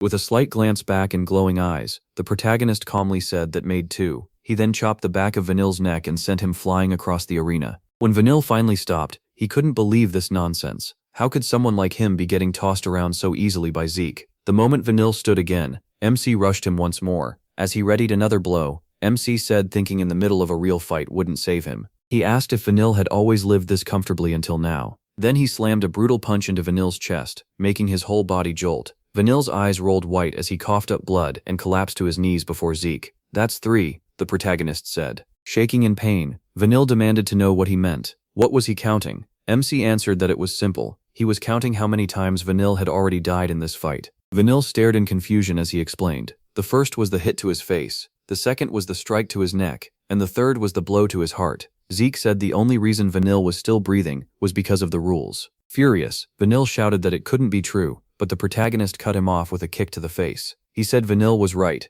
This was real combat, and break time was over. Talking to your enemy wasn't part of it. The kick sent Vanille rolling across the arena. Sandy's face darkened as she watched, unable to believe it. Sweat ran down her face as she said this couldn't even be called a fight anymore. Aegis agreed and said compared to this, his own match with Zeke had felt like a friendly spar. He added that MC was unfair on a whole different level. Standing in the arena with a faint smile, he asked Vanille if he was finally starting to understand what real combat was. Vanille lay on the ground, trembling and barely able to move from his injuries. Zeke admitted that crushing the enemy completely did matter on the battlefield, just like Vanille had said. He added that Vanille and the others from West Hall would probably become great warriors someday. Vanille tried to drag himself toward the protagonist. MC shut his eyes for a second and said this wasn't a battlefield. Instructors were watching, and healing potions were right there. So for someone like Vanille to talk about real combat was almost laughable. Still in pain, Vanille told him to shut up. Zeke kept going, saying Vanille's idea of real combat had nothing to do with reality. He said Vanille was just running from his own weakness, then asked if he was wrong. Vanille didn't answer. He just screamed at him to be quiet over and over, angrier than ever. Then a green whirlwind rose behind Vanille. That sudden burst left the crowd stunned. Vanille snapped that a bastard like Zeke had no right to lecture him. The protagonist calmly asked if Vanille was in a rebellious phase, because if so, none of this would sink in anyway. He added that as Vanille's opponent, he could take all of that anger. Getting ready to strike, Vanille yelled at MC to shut up and stop acting like he knew everything. Then he fired off Stormblade from his wind-rending fan arts, sending a wave of wind slashes at him. He jumped up and dodged every one. While Zeke was in the air, Vanille thought he only needed one opening, just one touch. Elsewhere, Rangus couldn't figure it out. He asked why the ground was being ripped apart when he couldn't see anything. Aegis told him it was Vanille's power. He explained that this was the Fanold family's wind aura, one of the 4 great sword houses. Since the aura was invisible, it made sense Rangus couldn't see it. Sandy, still annoyed, said it was a nasty power that fit Vanille well. Aegis laughed and told her not to say that, though he admitted it was hard to deal with. Vanille kept up the invisible attacks, making him a dangerous opponent. Hearing that only made Rangus worry more. Back in the arena, Vanille was confused because none of his attacks could touch the protagonist, even though the protagonist shouldn't have been able to see them. MC said sight didn't matter, he only had to read the flow of the air. Vanille called that complete nonsense. A moment later, he smacked Vanille on the head and said his guard was open again. Holding his head, Vanille said he was completely sick of Zeke. He threw out a rapid string of attacks, but the protagonist slipped past them with ease, hands behind his back and eyes closed like he was toying with him. After getting cursed at again, MC joked that Vanille really was in a rebellious phase. When Vanille finally let up, he asked if he felt better. That only made Vanille even madder. Vanille threatened to kill him. Zeke said that kind of stubborn spirit was good in a warrior. As he landed another hit, the protagonist added that Vanille's body had already hit its limit. Vanille fell to his knees again. Zeke told him they should end it here, since going on would only hurt more. But then a strange purple aura appeared as Vanille grabbed MC's leg. He didn't notice anything odd at first, and asked if Vanille still wanted to keep going. As the purple aura grew stronger, Vanille's face twisted, and he started laughing like a demon. When Zeke asked what was going on, Vanille poured that aura into his weapon and declared this would be the protagonist's end. He fired Gale Bullet from his wind-rending fan arts. MC tried to use his source power to block it, but something was wrong. He couldn't use it at all.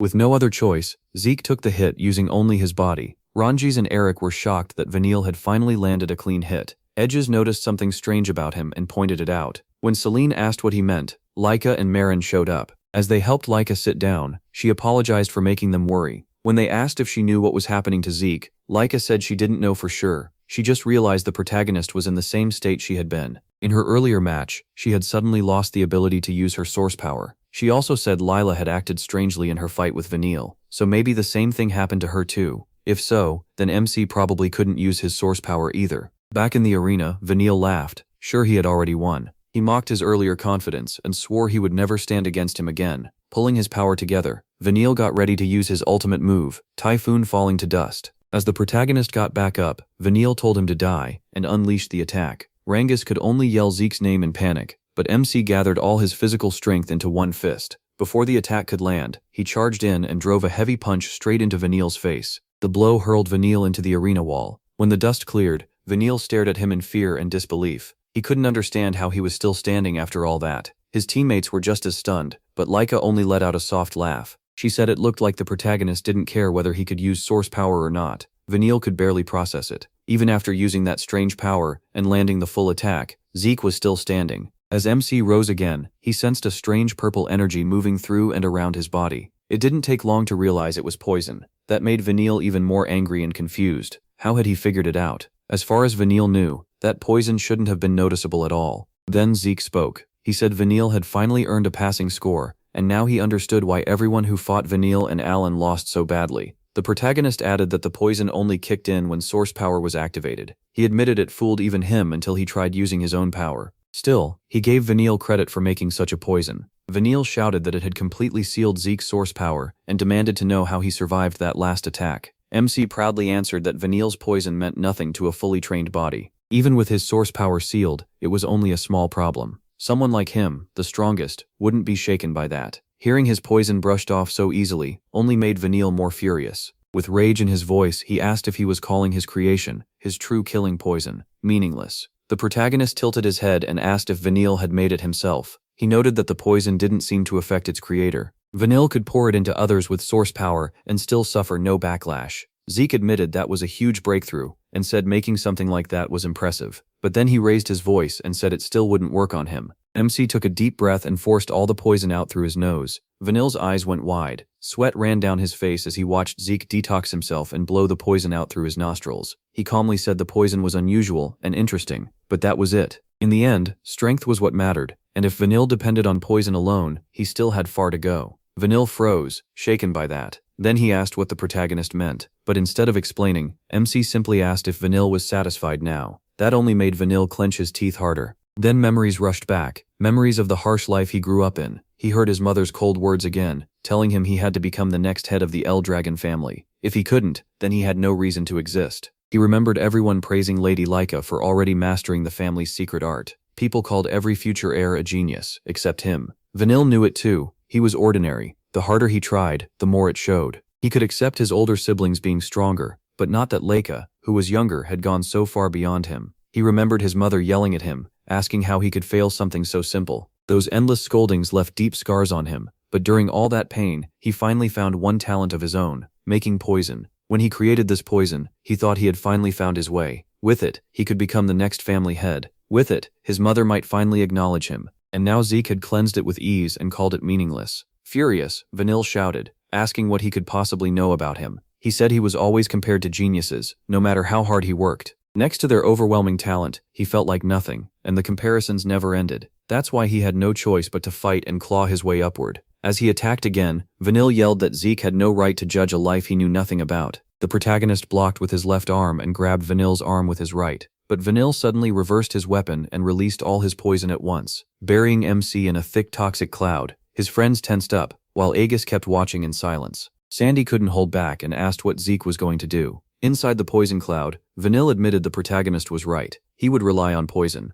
Winning was all that mattered. He knew he lacked talent in battle, but poison was the one thing he believed in. With that, he thought he couldn't lose. He never wanted to use this move, but now he had to. Vanille explained that even he, the creator, could barely neutralize this deadly poison needle cloud. Using it meant he had to breathe some in himself. Still, he was sure victory was his, until Zeke suddenly grabbed his hand again. Vanille's eyes went wide in horror when he saw MC catch the poison needles in his mouth and clamp down on them with his teeth. He calmly asked if this was Vanille's last trump card. Vanille couldn't believe it. As the protagonist spat out the needles, Vanille dropped to the ground in front of him. His face went dark, and his eyes shook as he watched Zeke's hands come closer. But instead of striking, MC placed both hands on Vanille's shoulders and told him to listen carefully. Kneeling in front of him, he said Vanille had one big misunderstanding. When Vanille asked what he meant, Zeke explained that strength doesn't come from martial talent or special skill with source power. What matters is the will to win every fight. That, he said, was the first lesson Vanille needed to learn, because it was the road to real strength. The protagonist suddenly snapped that Vanille's idea that he had no talent for fighting was just wrong.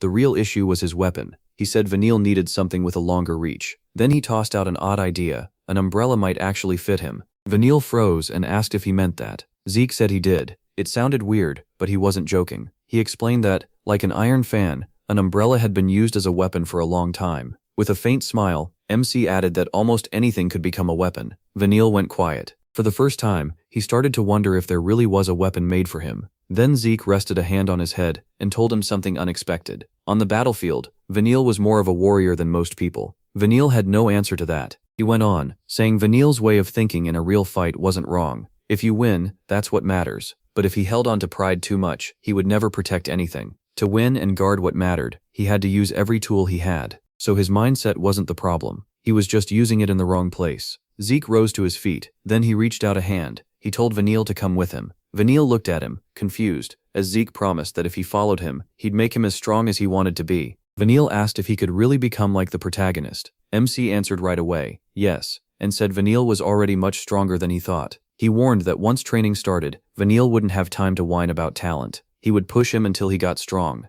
Vanille stood there stunned by how boldly the protagonist said it, but when he thought back on those words, and his wish to grow stronger and win his mother's approval, he slowly reached out to take Zeke's hand. But right before their hands touched, MC suddenly drove an uppercut into him, saying he almost forgot they were still in a match. Vanille was completely dumbfounded. After all that talk, Zeke still hit him. He only said a match was a match, and when Vanille woke up, he should come find him. As Vanille blacked out, the poison in his body was forced out. Mentric quickly called the match. Even he was stunned that the protagonist had purged all the poison with one punch. Then Mentric announced the selection matches were over, and East Hall's Pressure was the final champion. The students from the other halls of Dragon's Nest headed back defeated, carrying the sting of their losses. Later that night, Zeke and the others gathered for a small victory feast, but before it really started, everyone kept sneaking looks at MC. They were all thinking the same thing. East Hall won, so why were students from the other halls invited too? Edges just laughed and said he had no idea either. All eyes turned to Zeke, and he calmly guessed Mentric would explain everything tonight.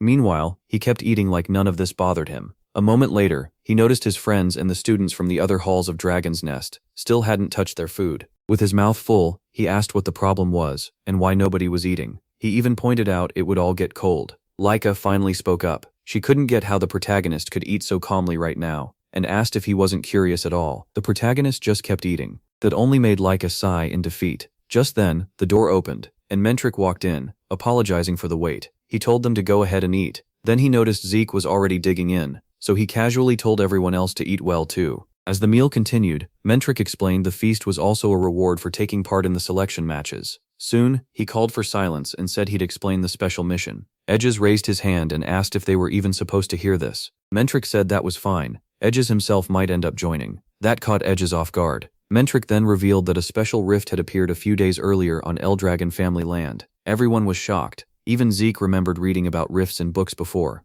Mentric continued, saying most of them probably knew what rifts were, but special rifts were different. Normal methods couldn't clear them. Laika asked what that meant, and Mentric explained that this one only allowed 7 people in, all at 3-star rank or lower. Anyone at 4-star or above, or any extra person beyond 7, would be thrown out. If those rules weren't met, nobody could enter, not even the family head. So the mission had to follow those limits exactly. Mentric added that while the Eldragon family did have some 3-star fighters, rifts had been appearing more often lately, so they were short on people. That's why the students were chosen. He also said the special rift most likely held magic water, which was needed to awaken magic power. that made the students visibly tense. Zeke said he'd read about it, and Mentric confirmed it. By drinking magic water, a person could turn source power into magic power, the key to becoming a magician. Hearing that, MC's eyes lit up as his thoughts started racing. Mentric explained that the world was ruled by 8 great houses, including the Eldragon family, called the 8 Gates of Dominion. The others all had magic springs that naturally made magic water, but Eldragon had none. That was why this mission mattered so much. They had to clear the special rift and bring back the magic water. Failure wasn't an option. Mentric then grew serious and added that the rift had appeared near the border of another one of the 8 Gates of Dominion, the Kerberos family. It was almost certain they'd go after the rift too, so the selection matches were held to find strong candidates from Dragon's Nest, who were 3-star or below. Edges and Sandy traded looks.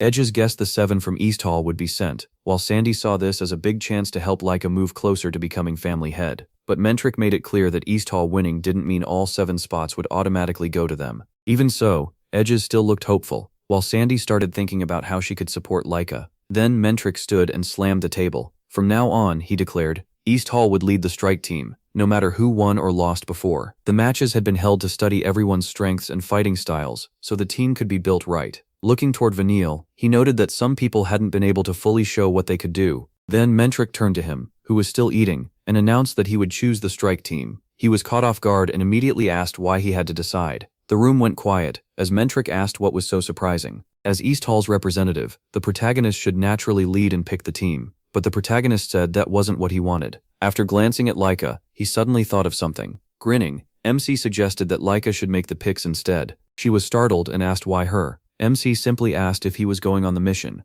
Laika said of course he was, then asked if he was really fine with her leading and making the calls. He answered that whether it was fine or not didn't matter. If he were choosing, he'd probably pick only himself. That stunned Laika. She quickly shot back that, knowing him, he'd go into the rift alone if he could. While Laika started thinking over the team, Zeke added that if she wanted to become the next family head, this was the perfect chance to sharpen her judgment. He asked Mentric if Laika could take the role instead. Mentric said he didn't mind, but asked if the protagonist was sure, reminding him that leading this mission would move him closer to becoming family head. With a look far too old for his age, MC said he had no interest in that seat. That shocked everyone, even Vanille and Edges. Edges quickly asked if he meant it. Sandy did too, and Laika asked for sure. Zeke calmly said it wasn't a big deal. It all came down to what he valued. Edges argued that becoming family head meant gaining everything the Eldragon family had, but he said he didn't need any of it. There was only one thing he wanted, the end of the martial path. His words stunned the whole room. Then Zeke told Laika not to worry about him, and to focus on choosing the team.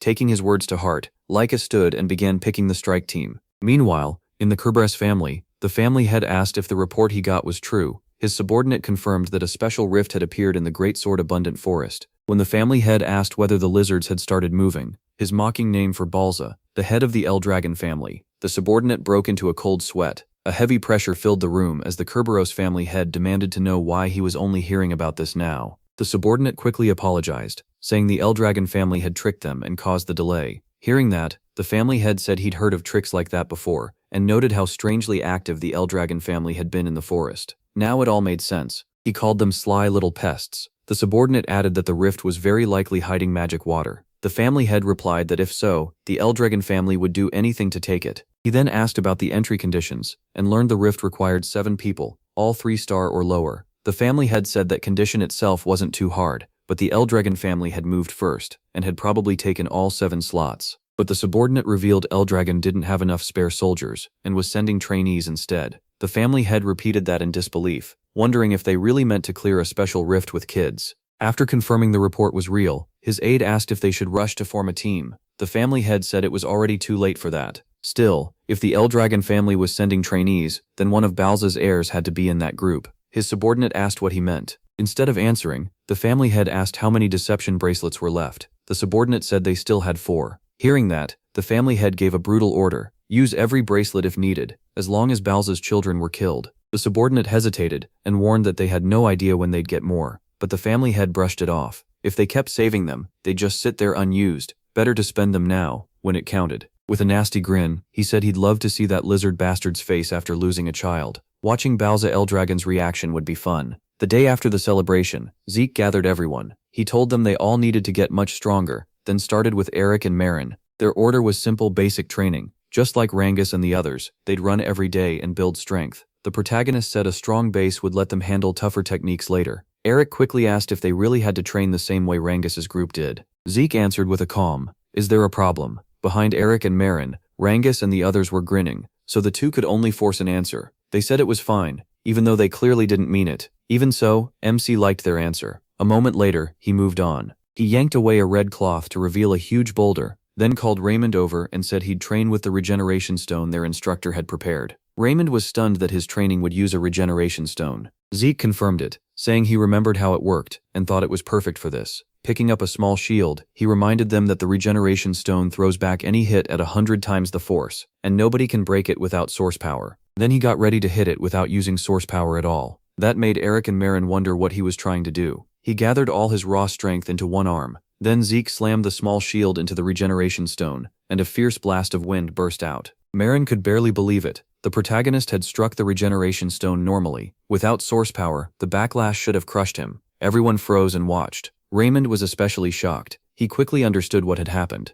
Zeke had endured the reflected impact. He'd taken the shock from the regeneration stone with only his shield. MC showed them the cracked shield, and told Raymond to train the same way. Either take the recoil head-on or redirect it. Raymond accepted it and quietly decided to follow his example. Celine, meanwhile, said she never thought a regeneration stone could be used for training. Then Zeke called Celine forward, and she answered right away. He told her to keep thrusting at the regeneration stone. She could use source power, but every strike had to aim at one exact spot. No drifting. Celine agreed at once and drew her sword. She fired off a rapid string of thrusts at the regeneration stone, but they landed all over the place. Zeke pointed that out, and said hitting the same point over and over was harder than it sounded. Celine admitted he was right, so her training would be simple: learn to strike one point every time. The protagonist borrowed Celine's sword and walked up to the stone. He noted that it had already healed the damage she'd done, said he still wasn't used to seeing that, and told her this was why it made such a great training tool. Then he told Celine to watch carefully. In the next second, he unleashed a rapid flurry with her sword. Every hit landed on the exact same point of the regeneration stone. Celine was left speechless. Zeke explained that her flower sword style focused too much on the number of attacks. She'd do better by making each strike count and placing it right, and Celine agreed. Next, MC called up Rangus. Rangus answered at once, curious about what kind of training he was getting. That curiosity turned to shock when Zeke pulled out a feather and said this would be his training tool. Using wind source power, he made the feather float. Rangus quickly realized it was the same kind of wind source power Lord Vanille used. Raymond asked when the protagonist learned wind source power, and he casually said he got it after fighting Vanille. After taking Vanille's wind aura head-on, he found he could use it too. That left Rangus staring in total disbelief. Then Zeke set the feather on the tip of Rangus's spear and explained what he wanted. Rangus had to train himself to move with the flow. Rangus understood that the feather was so light it would be hard to control, yet he still had to move it freely. He couldn't quite grasp what go with the flow was supposed to mean. Zeke explained it wasn't about chasing the flow or trying to grab it. It meant giving yourself over to it. And once Rangus mastered that, he'd someday be able to create the flow himself. MC narrowed his eyes, then split the feather in two in a single instant. Sweat rolled down Rangus's face as he stared at it in disbelief. Right then, Laika showed up and called to Zeke. She said they'd be late if they didn't hurry. He suddenly remembered he had to leave, so he tossed Rangus's spear back. As he ran off, he reminded them they already knew their drills and told them to keep training while he was away. Rangus and Eric nodded, though neither felt good about the training they'd been given. Rangus especially felt he might not be able to do what Zeke asked. He ended up in tears, and Eric tried to comfort him, even while doubting he could handle his own training too. While walking down a corridor, Laika asked the protagonist what had almost made them late. He apologized and said he'd been setting up training for Rangus and the others before they left. Then MC changed the subject and said Laika's strike team lineup was interesting. Laika proudly said it was perfect, the best team she could put together. As they kept walking, the rest of the special mission team spotted them. Aegis greeted them, and Laika apologized for the delay, saying she had to go get Zeke. The strike team included Sandy, Aegis, Leela, Vanille, Alan, him, and Laika. Once everyone was together, they got ready to leave at once. Earlier that day, Mentric had told Balza that the strike team had already departed. He also said word about the special rift had come in, and Balza noted it was sooner than expected. But even if they rushed there now, the team would already be inside the rift. One of the men there agreed, but he had a concern. After the rift was cleared, the Mutts might show up and steal the rewards. He said it would be best for the strike team to link up fast with the soldiers guarding the area, though he wasn't sure that could happen. Balza went quiet for a moment, then asked how strong the strike team was. Mentric said they had picked the best of the 3-star rank, so clearing the rift shouldn't be a problem. Even if the Mutts appeared, the team could hold them off. Balza still wasn't fully convinced, and asked if that was true even with a 2-star fighter among them. Mentric waved that off. He said the team could handle it, and Zeke alone might even be enough to face the Mutts. That stunned Balza and the man beside him. Mentric went on to say that after watching all of Balza's children for years, the protagonist was the first one whose true limit he couldn't read at all. The man next to Balza asked if MC was really only 2-star, and Mentric said yes. He added that watching him reminded him again that rank and real strength were not always the same thing. The man beside Balza went silent, sweat forming on his brow. Mentric then revealed that when he first saw Zeke's techniques, he felt the same thing he had when he first witnessed Balza's dragon destruction combat arts. That shocked everyone there, even Balza, who immediately asked what Mentric meant. The dragon destruction combat arts were a secret style passed only from one Eldragon family head to the next. They were hidden away so completely that normal people were said to have no chance of learning them. The man beside Balza called that ridiculous, and asked if Mentric was really saying Zeke had mastered something that powerful. Mentric admitted it had shocked him too, but after seeing Balza's techniques so many times, he trusted what he saw. He even said the protagonist's martial arts stood on the same level as Balza's dragon destruction combat arts. Balza had no answer for a moment. Mentric then thought that MC might even surpass Balza, but he quickly pushed the thought aside as nonsense. Balza then revealed that years ago he had Freya investigate every part of his past, even his birth records. They found nothing useful, and there was no sign he had learned martial arts from anyone before entering the dragon's nest. The man beside Balza wondered if that meant the protagonist had taught himself everything, but Mentric instead looked up at a portrait of the first patriarch, Gilfus Eldragon, and said it was almost like Zeke was the reincarnation of both the first patriarch and the 15th head. Balza's face darkened, and he repeated the word reincarnation like he couldn't quite accept it. Balza rose from his chair and looked at Gilfus Eldragon's portrait. It was the image of the Eldragon family's first patriarch. Under his breath he muttered the word reincarnation, then rejected it as absurd. Mentric and the captain beside him stayed silent until Balza gave a faint smirk. Balza smirked and said if Zeke was really that strong, the Kerberos Mutts weren't a threat at all. A week later, Eldragon soldiers were already waiting at the special rift. Freya looked for the Black Dragon Corps vice-captain, but a soldier told her he had vanished without anyone noticing. Another soldier rushed over right away. He told the others to spread out and find him. Freya added that reinforcements were supposed to be here too, and she was worried this could become a problem. Then she spotted a group coming and said it looked like they had finally shown up. As they got closer, Freya pointed out that if they had run the whole way, they would have made it sooner. She asked if they knew that. Laika calmly answered that they weren't going to waste all their energy before the mission started. Then she called her instructor Freya and asked why she was here. Freya said she was on duty now, not acting as an instructor. She explained that she had been sent to protect the special rift and the area around it. Laika realized this was the special domain, and Freya explained that some rifts affect the outside world and create one around them. This rift was one of them. Looking at the black trees, Zeke remembered the anger boar he had fought before. The dark mist felt exactly the same, so he figured that beast's power had probably come from a rift too. Zeke asked why Freya was guarding the place herself. She said it was to watch the Kerberos family and ruin their plans. When Laika asked what she meant, Freya said clearing the rift and getting the magic water would greatly boost the Eldragon family's army, and Kerberos wanted to stop that. She also said monsters were being pushed out of the domain. When MC asked what that meant, Freya explained that only 7 3-star fighters could enter this special rift.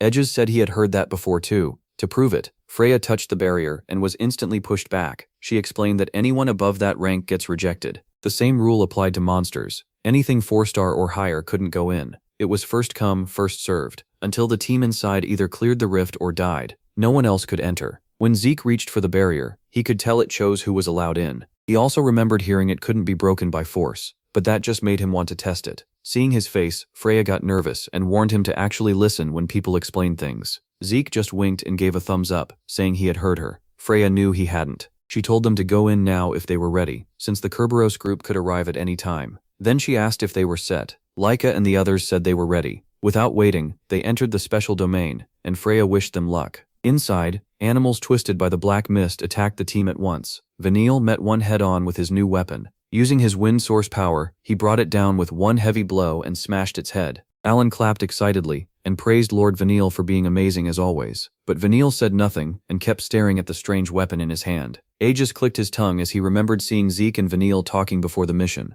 Back then, Vanille had asked what he had given him. The protagonist said he planned to train him, just like he had promised during their last fight. After taking the weapon, Vanille asked if Zeke was serious. MC said he always meant what he said. Since this mission was a rare chance for real battle, he wanted Vanille to use the staff. That made Vanille angry. He asked if he really expected him to use a weapon he'd never touched on a mission this important. The protagonist said yes without hesitation, which only made Vanille madder. He threw the staff down and accused Zeke of making fun of him. Then he turned to leave, saying he wouldn't use something that weird. Before he got far, MC poured wind source power into the staff. Feeling that wind aura behind him, Vanille turned around and asked why he was using wind energy. The protagonist brushed that off and told him to use it. Vanille refused again, still annoyed, but Zeke kept pushing no matter how many times he said no. In the end, Vanille got so frustrated he dropped to his knees and said they were getting nowhere. He brought up the umbrella comment from the selection exam, and Zeke said yes. MC explained that since there were no umbrellas here, the staff would work as a replacement because it handled in a similar way. For now at least, Vanille would train with that instead.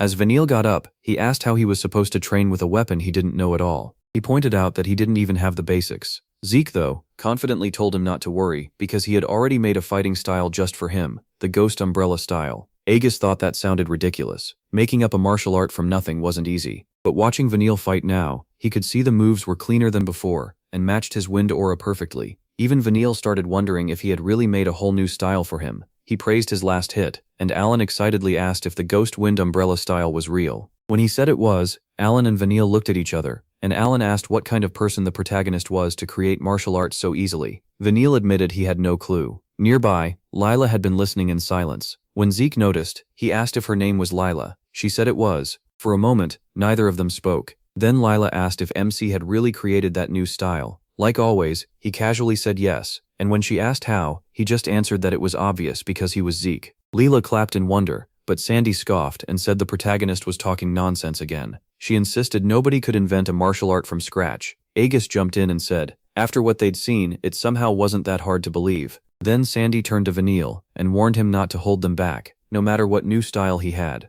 Annoyed, Vanille told her to say that again. Sandy mocked him, saying he couldn't even fight right without poisoning people, and asked if he really planned to trust a style he'd barely learned on this mission. That quickly turned into a full argument. Alan, who had stayed quiet until then, finally told Sandy to watch her mouth. She didn't care. Sandy asked if the truth stung, then said if Alan was Vanille's attendant, he should control his master. Laika stepped in fast and told her to stop. Aegis reminded them that this was no time to fight. They were one team in a dangerous place, and had to work together. Sandy still refused. She said she couldn't trust people who had poisoned Laika and almost killed her. With her eyes glowing, she declared she'd hated this team setup from the start. While the arguing went on, Zeke quietly asked Lila if she was really fine with all this. Lila said it didn't bother her. She was just happy to be on the mission. MC laughed and said she had a big heart, while Sandy kept pushing the issue and questioned why Laika had brought Vanille and Alan. Laika hesitated, but admitted she had doubts too. Still, their strength made them important to the mission. Alan agreed and praised Laika's choice, though he still slipped in a jab at Sandy, which made her even angrier. As things heated up again, Laika started wondering if this team had really been the right choice. Watching all of it, Zeke realized the selection matches were still affecting them. At this rate, they would never trust each other. He also noticed that under Vanille's attitude, something inside him was still unsettled. He knew this shaky team was dangerous, but if they learned to understand and accept each other, they might become comrades who could trust each other with their lives. As they moved toward the center of the domain, they noticed a bright light ahead. Laika excitedly told everyone to head over. Zeke studied it and said it had to be the rift itself, since it looked like space was cracking apart. Getting serious, Laika warned that once they went in, anything could happen. She told everyone to stay alert. Zeke clenched his hands, excited, and agreed. Then the protagonist's eyes lit up when he sensed someone new entering the domain from far away. But when Leela asked if something was wrong, he paused and casually said it was nothing. He urged everyone to hurry into the rift. The moment they stepped inside, Laika froze in shock. Edges looked down, terrified, while Sandy was already screaming. They were falling out of the sky straight toward the forest below. Trying to stay calm, Laika told everyone to get a grip so they could land safely. But before she could take charge, she saw a giant bird-like creature with its beak clamped around Zeke's head. Sandy shouted in panic, and Laika yelled MC's name. He, somehow calm, remarked that he hadn't expected this. Laika snapped that this was no time for jokes and told him to get serious, but Zeke casually answered that he was off duty. Edges called out to Laika and reminded her that surviving the fall came first. As the ground rushed up, he nervously asked what they should do. Laika clicked her tongue, unable to think of an answer that fast. Vanille lost patience and snapped that they were all useless before ordering Alan to use his wind source power. Taking charge, Vanille used his ghost wind umbrella style to control the air above them and slow the fall. Alan followed with his wind-rending fan arts, using whirlwind impact and wind wall to build an air cushion below them and cut their speed even more. As they got close to the ground, Edges grabbed a thick branch while Vanille and Alan landed with help from their wind techniques. Laika, Lila, and Sandy weren't so lucky. They slammed into the ground face first. Sandy jumped up and snapped at Vanille, asking why he couldn't make the landing softer. He just shrugged it off and said it wasn't his problem. After climbing down, Edges pointed out that Vanille and Alan had already saved them from a much worse crash. Lila winced and said it still hurt, but at least she was alive. Trying to catch his breath, Edges ran through the mess they had just survived, getting pulled into the rift, falling from the sky, and then watching a giant bird carry Zeke off. He let out a sigh and said entering a rift was way rougher than he thought. Since they had no clue what came next, he told everyone to drink their healing potions now. Sandy and Lila took theirs right away. Laika then thanked Vanille and Alan, admitting they had just saved the whole group. That caught both Alan and Vanille off guard. Vanille looked away and muttered that losing people and failing the mission would only make things worse. Sandy folded her arms and said he could at least take a thank you. Trying to get everyone focused again, Alan asked what they should do next and brought up that the protagonist had been taken somewhere. Vanille, looking grim, said they could just leave the protagonist behind. Lila quickly asked if he was actually worried, but Vanille brushed her off and hid what he really felt. Sandy scoffed and told him he was awful at being honest. To her surprise, Edges agreed with Vanille. He said worrying about Zeke right now was probably pointless. Sandy, annoyed, asked how he could side with Vanille, but Laika calmly backed them up. If anyone could handle himself, it was MC. In fact, she thought they were the ones in bigger danger. Sandy went quiet for a second, then asked what they all even thought about him. One by one, they remembered how insanely strong he was, and almost together, they called Zeke a monster. Sandy blinked, wondering if she was the weird one for not seeing him that way. Edges added that they still had to meet up with the protagonist later, but right now, their real problem was that they had no idea where to go. Just then, Lila called out to Edges and said she had seen a pillar of light in the distance while they were falling. Alan said he saw it too, but after all that chaos, he lost track of where it was. Then Lila pointed straight ahead and said the light was that way. Alan stared at her and asked if she really kept track of direction while falling. Lila said yes. She took one quick look around and memorized it. Laika added that the bird carrying Zeke had flown toward that same light, so even though they still needed to regroup with him, their best move for now was to head for the pillar. She said there was no way MC would pass up something that strange, and Vanille and Edges agreed right away.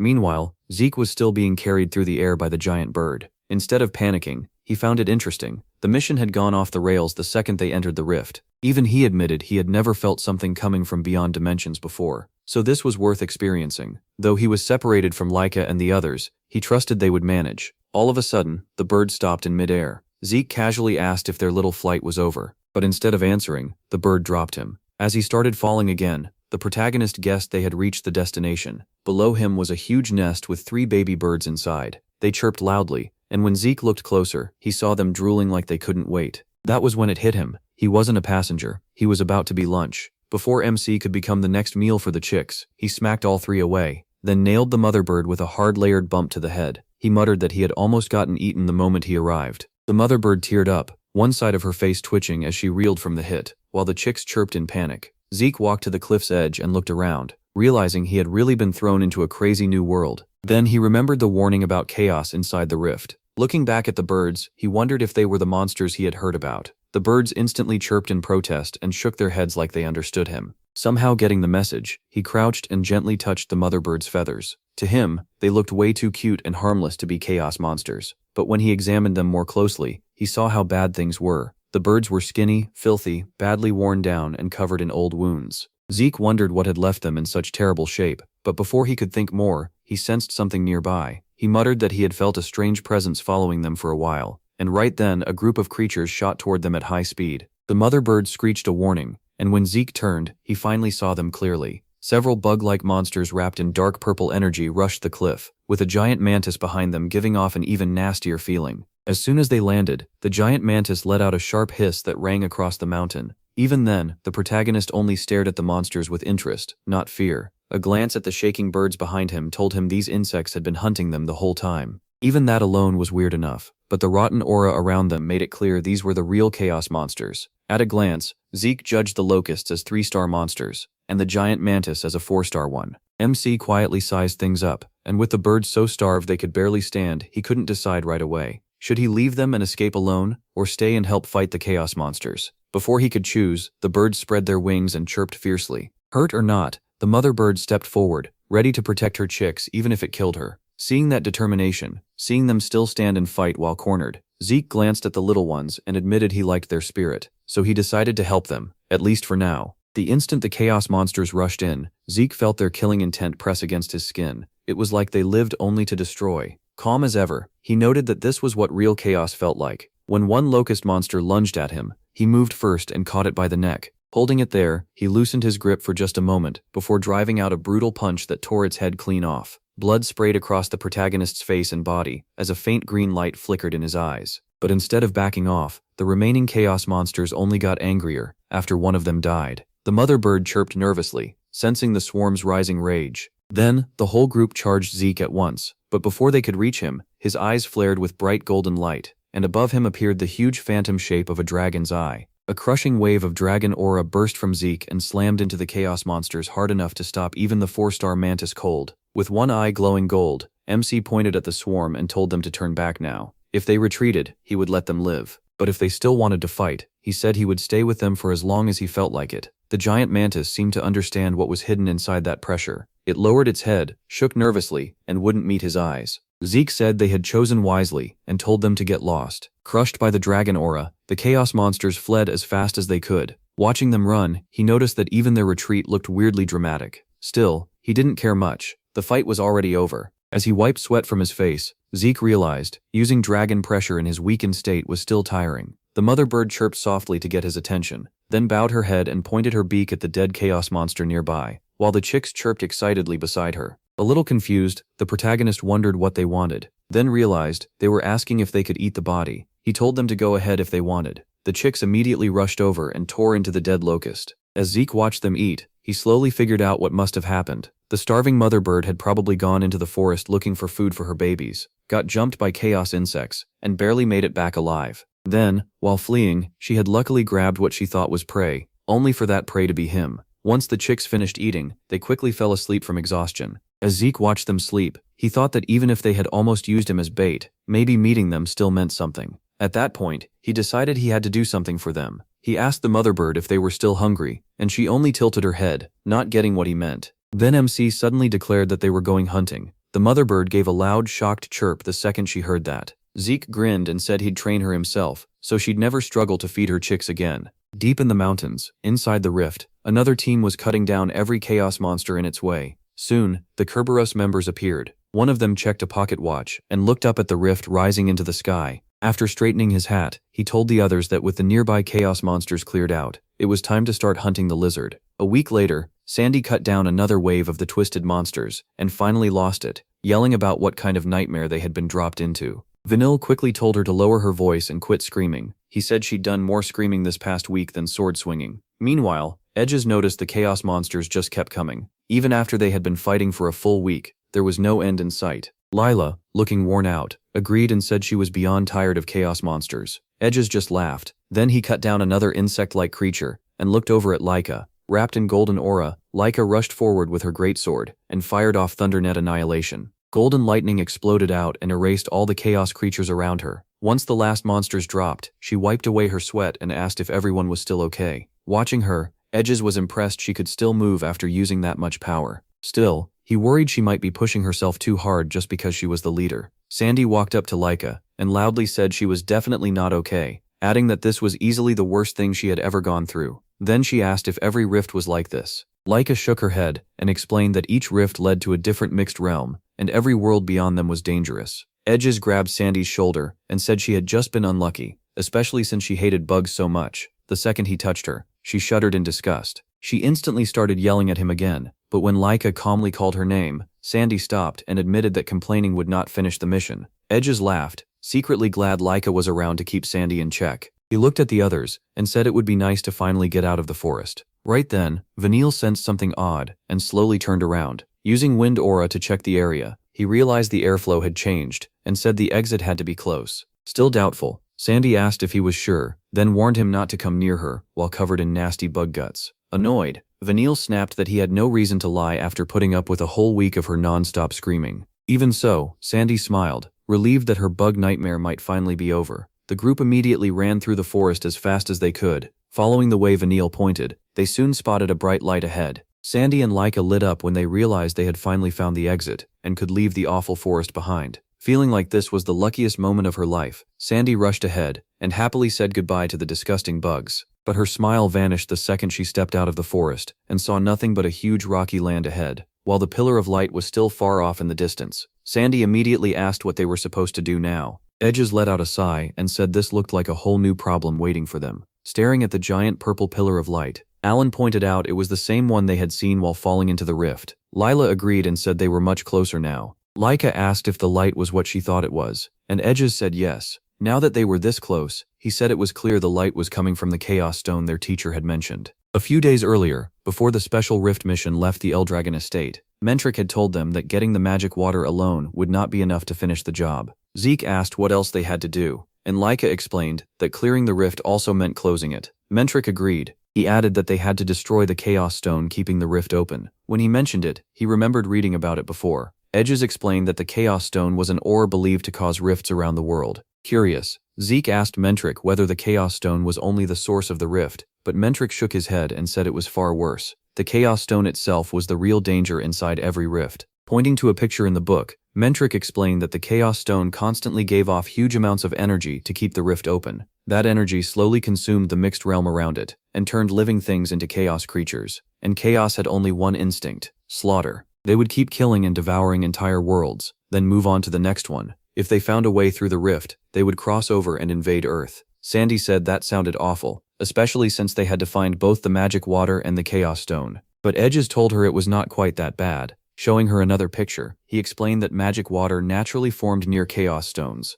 Mentric confirmed it and told them to look for the Chaos Stone first. Even though every Chaos Stone looked different, they all shared one trait: they gave off strong energy, so anyone close enough would know. Back in the rift, Vanille pointed at the huge pillar of light and said all they had to do now was follow it to the source. Sandy glanced at Vanille and Alan, secretly surprised they were talking about something besides garbage for once. But when Vanille asked what she was staring at, she ignored him. Edges said it would be perfect if they ran into Zeke near the Chaos Stone. Meanwhile, Laika quietly hoped the protagonist had already found the Chaos Stone. Leela looked at Vanille and asked if he was worried about MC, but before she could finish, Vanille told her to shut up. Sandy happily said at least there were no bugs out here, unlike that nightmare forest. Leela agreed. After fighting bugs for a whole week, she was worn out too. Edges quickly warned them not to relax. Based on what they had been told, strong chaos monsters usually gathered near Chaos Stones after being warped by its energy. Vanille clicked his tongue and called it a pain. At the same time, Laika suddenly felt a bad chill and warned everyone to stay sharp as they moved toward the pillar of light. The group carefully crossed the rocky ground, and after a while, even Vanille and the others were surprised that they had made it this far without any trouble. When they reached the giant Chaos Stone, giving off a dark purple aura, its size and evil energy left them stunned. Feeling oddly bold, Sandy asked where all the monsters were and said this was starting to feel anticlimactic. Then a huge beetle-like shadow suddenly jumped across the cliffs above them. Laika sensed it at once and warned everyone something was overhead.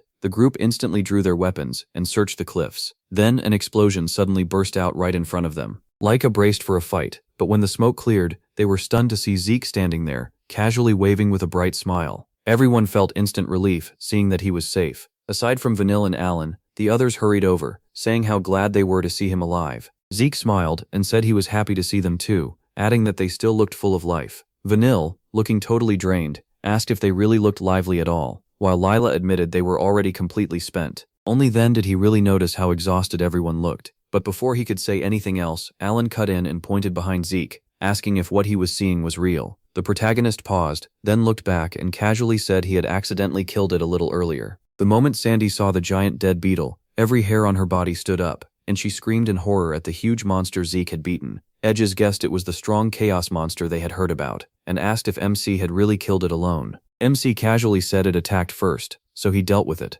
After hearing that, Laika asked if the reason they had not seen any chaos monsters on the way was because he had already cleared them out. He just said he might have taken care of a few, so that was probably why. Hearing him talk about killing terrifying chaos monsters like it was nothing, the group was reminded all over again that the protagonist was insane. MC pointed at the huge rock behind him and asked if it was the chaos stone they had been looking for. He said it seemed important, so he waited there for them. Edges immediately confirmed it was definitely a chaos stone. Then he pointed under it and asked if the glowing liquid there was the water they needed. Caught off guard, Laika asked what water he meant. Zeke stepped up to the chaos stone and pointed at the glowing liquid under it. Then he touched it with a finger, looking curious. Seeing that, Laika quickly pulled out several bottles and said there was way more magic water than she expected. While Laika filled the bottles, Aegis explained that someone had to drink a certain amount to get the full effect, and even this might only be enough for a few people. Sandy, worn out, cut him off and told Laika to hurry so they could get out of there. When Laika finished, she studied the bottles and said the rumors claimed the color of magic water decided what kind of magic a person could awaken, but the water they gathered looked almost clear. Aegis checked another bottle and corrected her, saying it did have a strange color. Sandy agreed, and Leela said it did look odd. Vanille and Alan argued that no matter what color it was definitely real magic water. While they were still talking, Zeke suddenly sensed danger and reacted at once. He grabbed Laika and yanked her to the ground. She asked what was going on, but the next second a golden beam tore past them. It blew up the spot where Laika had been standing. She instantly understood that Zeke had just saved her life. A moment later, a group of men came out from the rocks. Their leader, the one who launched the sneak attack, mocked how those little lizards had managed to avoid it. Aegis and the others drew their weapons at once, ready to fight the Kerberos group. The protagonist just smiled, excited for the fight, and said it took them long enough to show up. He repeated that the men in black were late. That made their leader ask what he meant. Sandy still had no idea who these men were, but Aegis felt a chill as he realized how bad this ambush was. Right away, he suspected they were from the Kerberos family. Aegis remembered Freya's warning. Only 7 fighters below 3-star could enter the rift, so no one else should have been able to get in. His face darkened. He couldn't understand how the Kerberos family got inside when all 7 spots were already taken.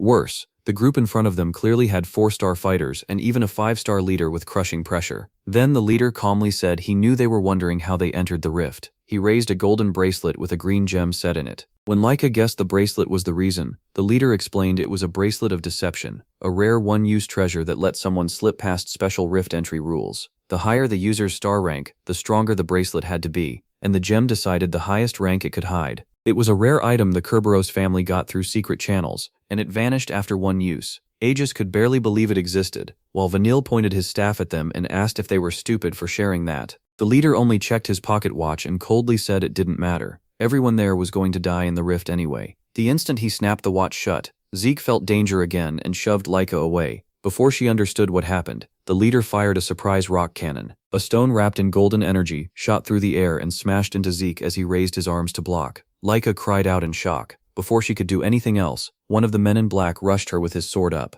Her body froze as she felt death coming, but before the blade hit, Vanille shoved her back and caught the strike with his wand. The blow was so heavy that Vanille was forced down to one knee. Even then, he told Laika not to lose focus. Then he blasted out Wind Aura and sent the attacker flying. But before Laika's group could fight back, the Kerberos members set up another attack and used Rock Bullet. Stones rained at them from all directions. Aegis and Lila swung to knock the rocks away, while Sandy and Alan desperately dodged and defended. At the same time, Laika drew her greatsword and stepped in front of Vanille, slammed it into the ground, and used lightning to shield him too. But the second the enemies saw her lightning aura, several Kerberos fighters cut through her defense and rushed in close. Vanille gave a bitter grin as Laika warned everyone that the enemy was already on them. Sandy gripped her greatsword and said they'd face them head-on. But when Aegis didn't answer, she realized the problem. They had been pushed too far apart, and their formation was broken. Alan told Sandy the enemy had split them on purpose. Their party was now divided into 3 smaller teams, and each pair was up against a 4-star Kerberos fighter by themselves. Sweat rolled down Aegis's face as he asked if they really were from the Kerberos family, and if they came for the magic water.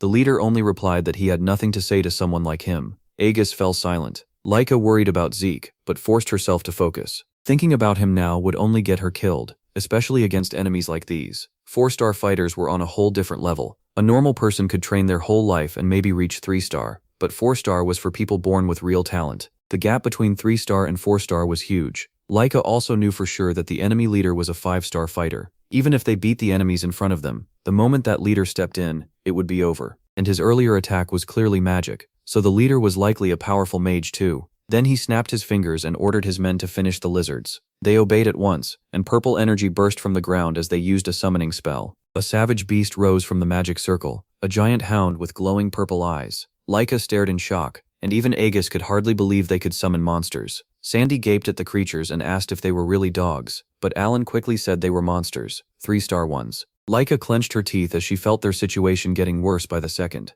Then, Zeke suddenly showed up again. Standing firm, he lifted a huge boulder with one hand that instantly caught the leader's attention. Without warning, MC planted his foot, turned his body to build force, and hurled the boulder straight at the leader. The leader jumped aside, and the boulder exploded against the rock wall behind him. He narrowed his eyes and asked how Zeke could still move after taking that magic head-on, but he only sounded disappointed, saying he had hoped to see what that so-called magic could really do. He casually bounced the giant boulder in one hand like it weighed nothing. With a mocking look, the protagonist asked if tossing little rocks was all they could do. Laika quickly asked if he was okay, and Zeke answered with a wide grin. His eyes gave off a faint glow as he tapped the boulder again before twisting his body and throwing it at the leader even harder than before. The leader clicked his tongue when he saw the rock flying at him so fast. Still, he barely dodged by jumping to the side. After that, he heard Zeke casually say that if this fight was just about throwing rocks, then he could play that game too. The leader glared at MC and cursed him as a little bastard. As he rolled his shoulders, the enemy leader admitted his toughness was unexpected.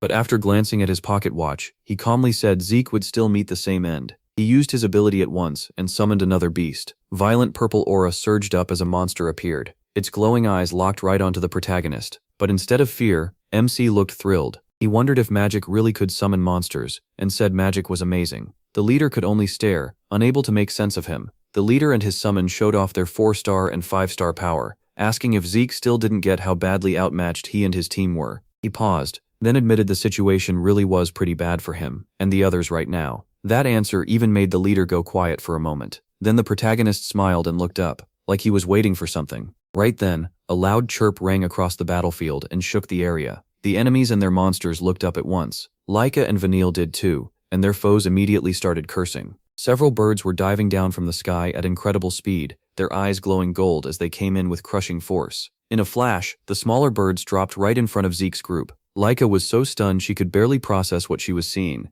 The enemy leader and his summoned beast stayed on guard, watching the new arrivals carefully. Then the mother bird stepped up and let out a sharp, powerful chirp. That cry was so fierce, Zeke's group started wondering if these things were really birds. The enemy leader quickly realized they were creatures native to the rift. MC casually patted the mother bird and said she showed up at the perfect time. He even asked if she and the others had eaten enough during the hunt, like he understood her completely. The mother bird chirped back happily, and Aegis could only stare in disbelief. Aegis immediately demanded an explanation. After a short pause, he calmly said the birds were actually his disciples. The smaller birds answered with loud chirps, as if backing him up. Sandy and Alan were left speechless by the claim. The protagonist explained that while the others were away, he had been taking care of the birds. During that time, he trained them by making them run with huge boulders on their backs. He also beat them every day so they'd learn how to endure attacks. On top of that, he taught them to eat whenever food was around. To Zeke, eating was part of getting stronger too. Compared to before, the birds were much tougher and stronger now. The mother bird proudly flared her golden aura and chirped like she agreed.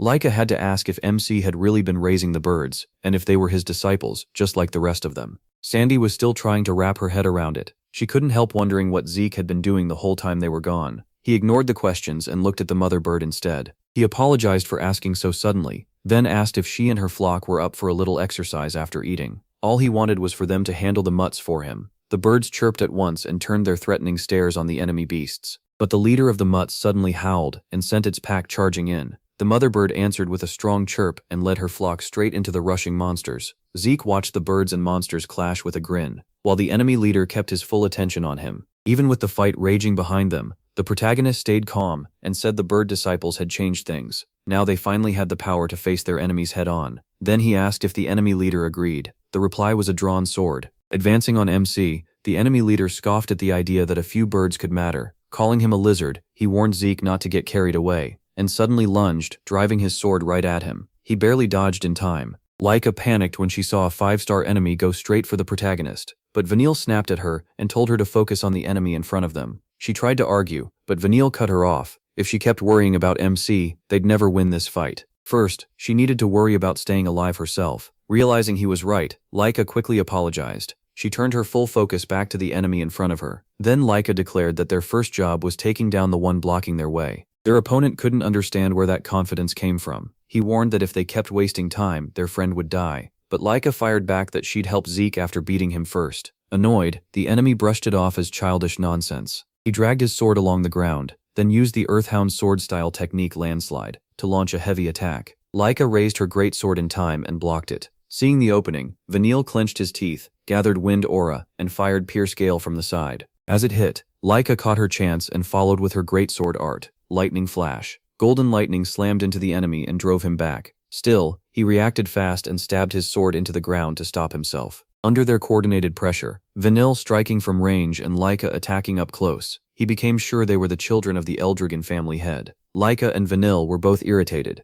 Even after taking both attacks, the enemy only had a few light scratches. The gap in strength was absurd. Then Laika suddenly turned to Vanille and smiled. She said with total confidence that as long as Vanille fought beside her, they could win. That caught Vanille off guard for a second. He quickly looked away and refocused on their enemy. Laika still believed they would bring him down in the end, and the enemy was just as sure he would kill the Eldragon Head's children before this was over. At the same time, Aegis wrapped his sword in golden aura and charged. The enemy easily jumped back to avoid it. After making space, he used Rock Bullet and fired at once. Aegis saw it coming, tightened his grip, and got ready to block. Just then, Leela's wand lit up with purple energy as she cast Heavenly Chime Arts. Strong shockwaves rushed toward the enemy, but before they could hit, he threw up a huge rock wall and stopped them. Without pausing, he climbed onto the wall and jumped from the top. Dropping toward Lila, he coated his sword with Earthhound power and used Landslide Slash. Before it could reach her, Aegis rushed in from the side, his sword glowing gold again, and fired a light blade attack. To the enemy's surprise, it landed and wounded the 4-star fighter. He grit his teeth and yelled in frustration, furious that a low-level brat like Aegis had tagged him. He answered with another rock bullet, then jumped back again to widen the gap.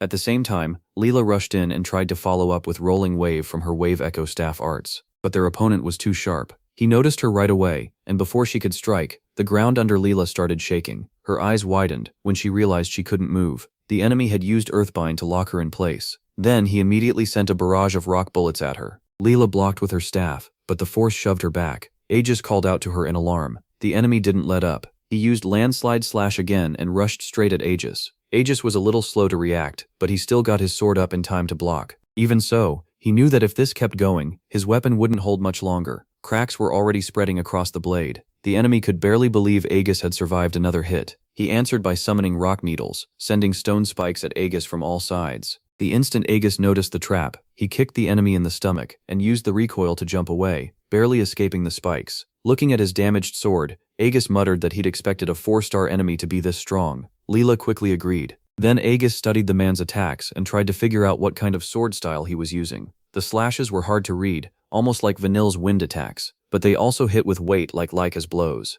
Even so, Aegis couldn't sense any special power in the enemy's aura. That made him start thinking the man was boosting his sword with magic. If that was true, his abilities were even more dangerous than they looked. Aegis instantly ran through ideas in his head, searching for a way to beat him. Just then, Leela asked if he was okay, and Aegis told her he could still keep going. She warned him the enemy's sword was dangerous, and Aegis agreed. He didn't know how much longer his own blade could take those hits. Then Lila pointed out something important. Whenever the enemy used magic, his sword seemed to react, then go back to looking normal. If this kept up, Aegis's sword would probably break first. As Lila kept watching the enemy, Aegis suddenly figured it out. He told her right away that he finally knew how to beat him. The enemy smirked and mocked them, asking if their little planning session was over. Aegis only smiled back, completely sure of himself. That confidence got under the enemy's skin, and he demanded to know what was so funny. Still smiling, Aegis said he'd realized something. The fight was winnable, and they could take him down. The enemy stepped in at once, saying Aegis was way too bold for a mere 3-star fighter. As he attacked again, he barked at Aegis to disappear already. Aegis raised his sword and blocked. The enemy poured all his magic into the blow, making it even stronger as he mocked Aegis for getting cocky and called him 3-star trash.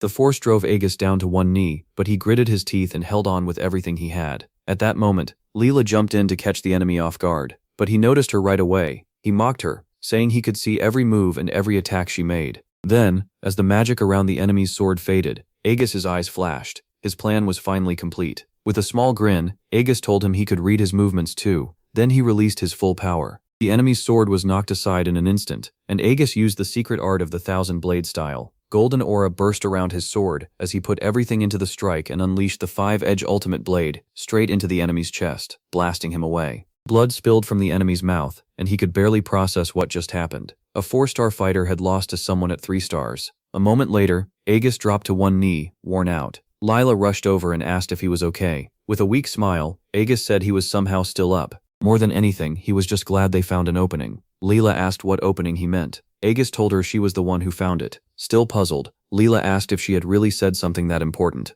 Then Aegis explained. When she noticed the enemy's sword went back to normal every time he used magic, she had pointed out his weak spot without knowing it. If the enemy couldn't use magic and sword skills at the same time, then there had to be a tiny gap when he switched between them. Aegis said all he did was wait for that split second and attack. Lila finally understood and clapped with a smile, saying that sounded just like a genius like Aegis. But Aegis quickly shut that down. He said they only won because of her. He thanked Lila for spotting it and helping him. After that, Aegis went to check how the others were doing in their fights. Somewhere else, Sandy charged her opponent with golden lightning running over her sword. As soon as she got close, she used lightning flash. Thunder burst out, and sparks blasted across the field. Their enemy grit his teeth and blocked it. At the same time, Alan swung his fan and fired a gale bullet at the enemy, but Sandy quickly realized Alan's aim was off. Because of that, she nearly got hit too. She instantly yelled at Alan, saying he almost dragged her into his attack, and asking if he even knew what he was doing. Alan shot back that Sandy was taking too long.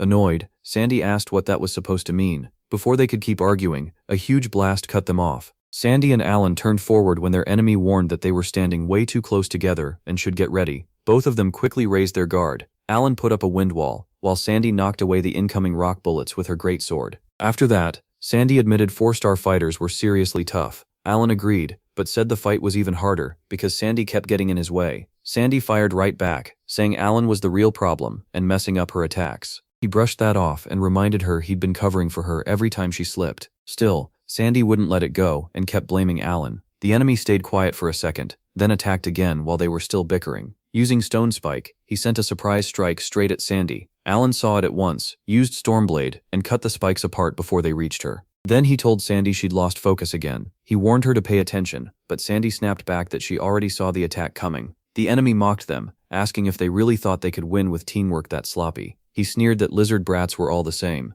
Sandy and Alan both went quiet for a moment. They knew he had a point. Their teamwork was still messy, even if they didn't need him saying it. Alan reluctantly admitted the enemy wasn't wrong. Then Sandy smirked and shot back that for a 4-star, their opponent was actually pretty weak. She said even with shaky teamwork, they still had a real shot at winning. That instantly annoyed the enemy. He said idiots like them couldn't understand the gap in power between them. Dark energy poured off him as he charged at Sandy and Alan, promising they'd drown in despair before they died. Sandy called out to Alan. Smiling with confidence, she said she could finish the enemy if Alan just backed her up. Though clearly annoyed, Alan saw the enemy rushing in and finally agreed. There was no other choice. Right away, Alan used wind-rending fan arts and launched a strong gale bullet. The enemy called it useless and said their attacks would never work on him. But before he could finish, his face changed. Alan's attack was stronger than expected, and the gale bullet swallowed his own attack. With a confident grin, Alan told Sandy he had poured extra wind aura into the move. It was strong enough to pin the enemy in place. Then he asked if that was enough. Sandy said it was more than enough. Golden lightning burst around her as she powered up again,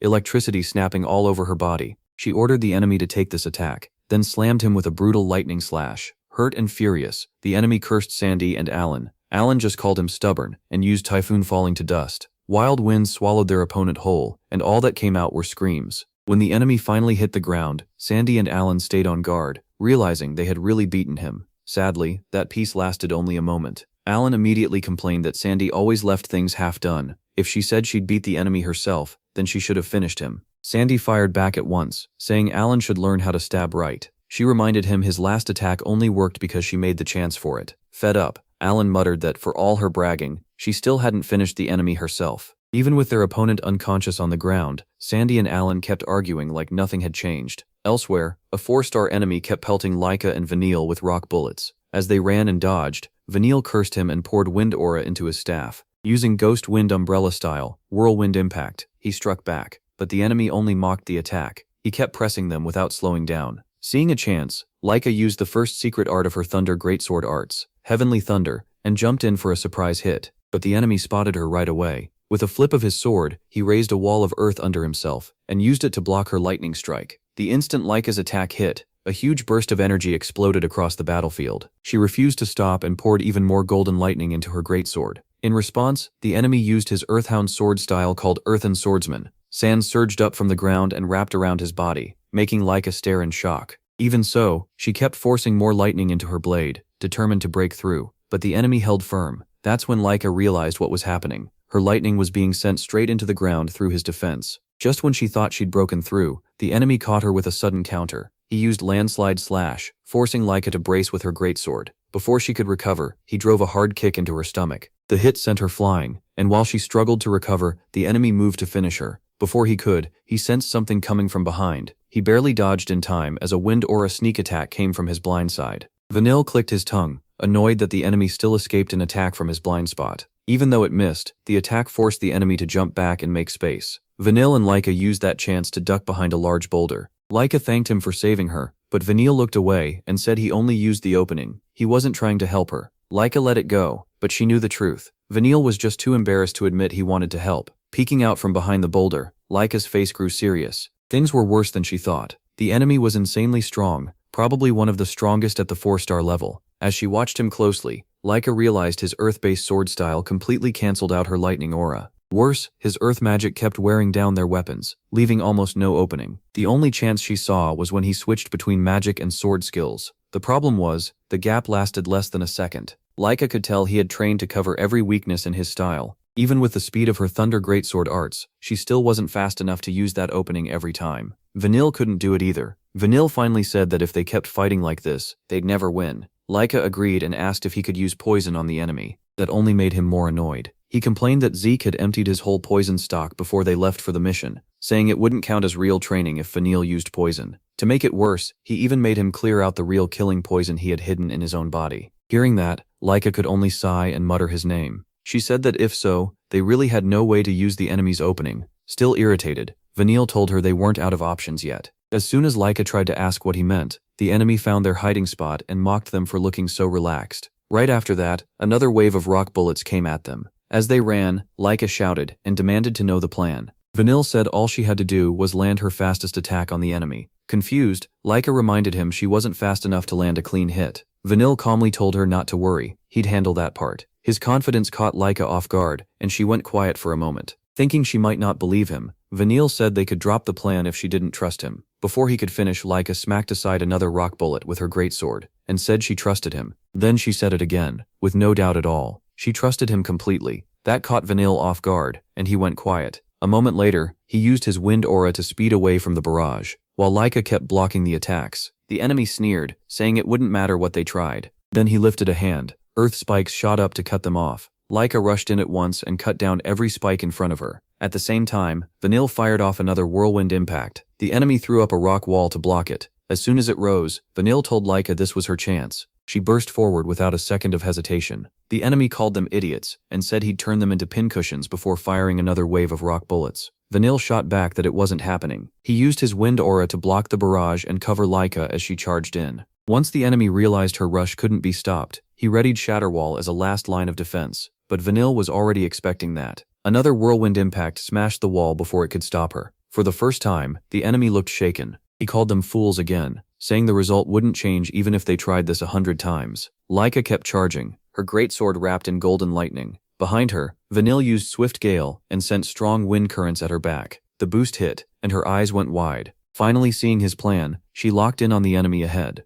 While Vanille used his Grip Wind Umbrella arts to pull the enemy's focus, Laika activated her Lightning Greatsword arts. With a fierce shout, she unleashed Thunderclap Rush, and this time it landed. The enemy could only scream as lightning tore through his body. Golden thunder kept ripping through him until his legs gave out and he fell to his knees. A moment later he died. After pushing past her limit, Laika dropped to one knee and leaned on her sword. She asked Vanille what he'd just done. Vanille explained that neither of them could reach the enemy in time on their own. But if he used his wind aura to speed up her movement, the two of them could beat the enemy's reaction speed. Laika let out a relieved breath when she understood. Vanille awkwardly scratched the back of his head. Then he asked why she'd trusted him so easily. He pointed out that he'd spent years messing with her and fighting dirty. Laika stayed quiet for a second before answering. A lot had happened between them, but even so, she chose Vanille as leader of Strike Team. For her, that was reason enough to trust him. Simple as that. She added that they only won because of him, then thanked him for real. That thanks sent a weird chill through Vanille. He looked away fast and said she had the wrong idea. He only helped because he wanted to win.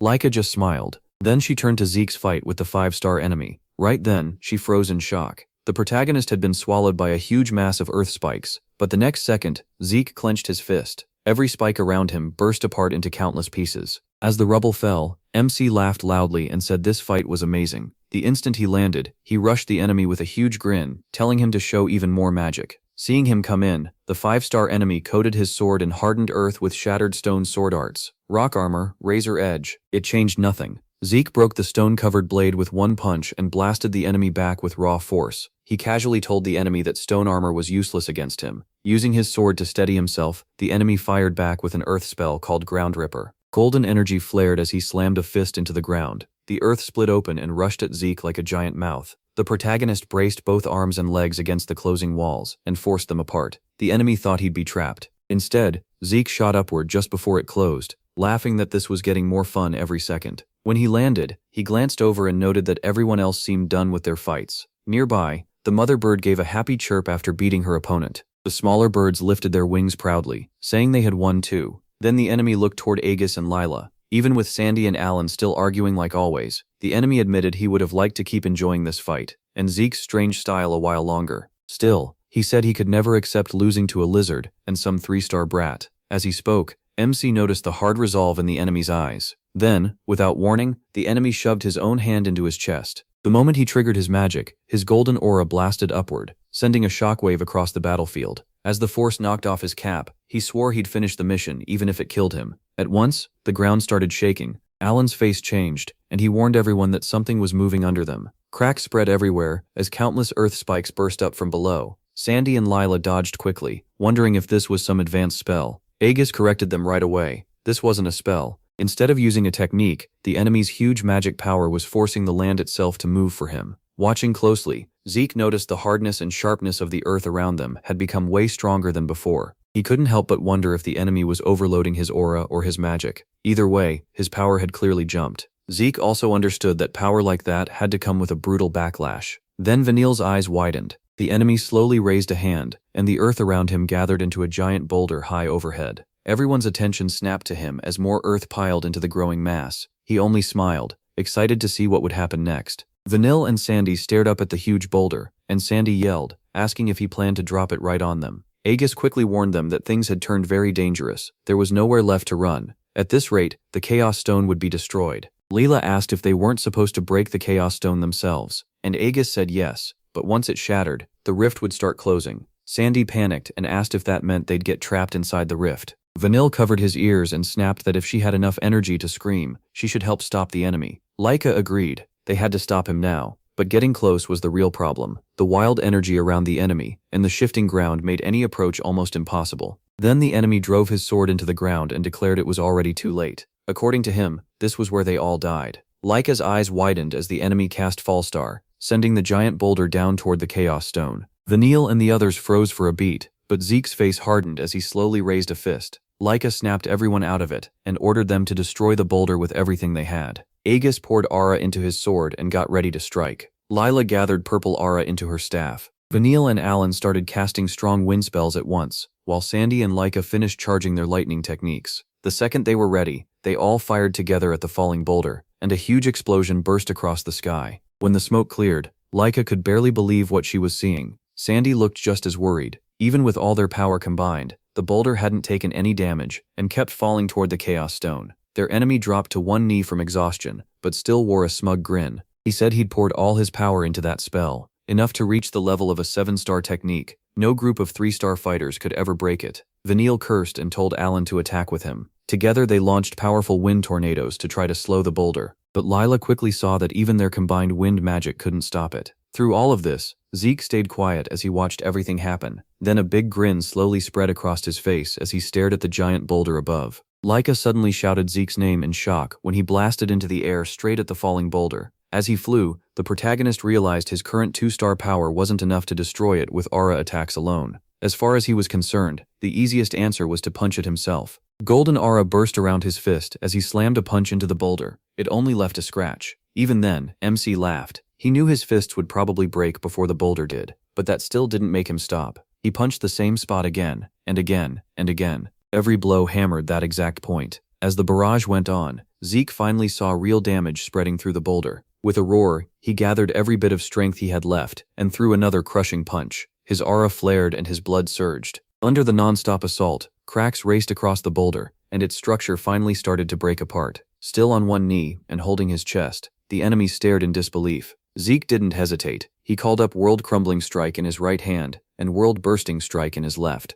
By using both at once, he pulled off the second form of the Dragon Destruction combat arts. Then he declared this was the end, and fired off the World Annihilating String. The blast sent aura tearing through the area, and the giant boulder was blown to pieces. At the same time, Zeke finally broke through to the 3-star level. His teammates were stunned. The same boulder all of them failed to damage was destroyed by him alone. But Laika's shock quickly became panic when she saw the shattered pieces raining down toward the Chaos Stone. Aegis took off at once and shouted for Vanille. Vanille answered right away and said he'd handle it. Together with Alan, he wrapped the Chaos Stone in strong wind aura to block the falling debris. Once that was in place, Vanille told Aegis to take care of the rest. As he ran, Aegis built up speed before leaping into the air toward the Chaos Stone. Golden aura covered his sword as he got a secret technique ready. He swung with all his strength at one of the biggest falling chunks, but his sword broke on impact. Looking at the shattered blade, Aegis could only realize how far he still had to go. While the others kept guarding the Chaos Stone, their 5-star enemy still couldn't accept what had happened.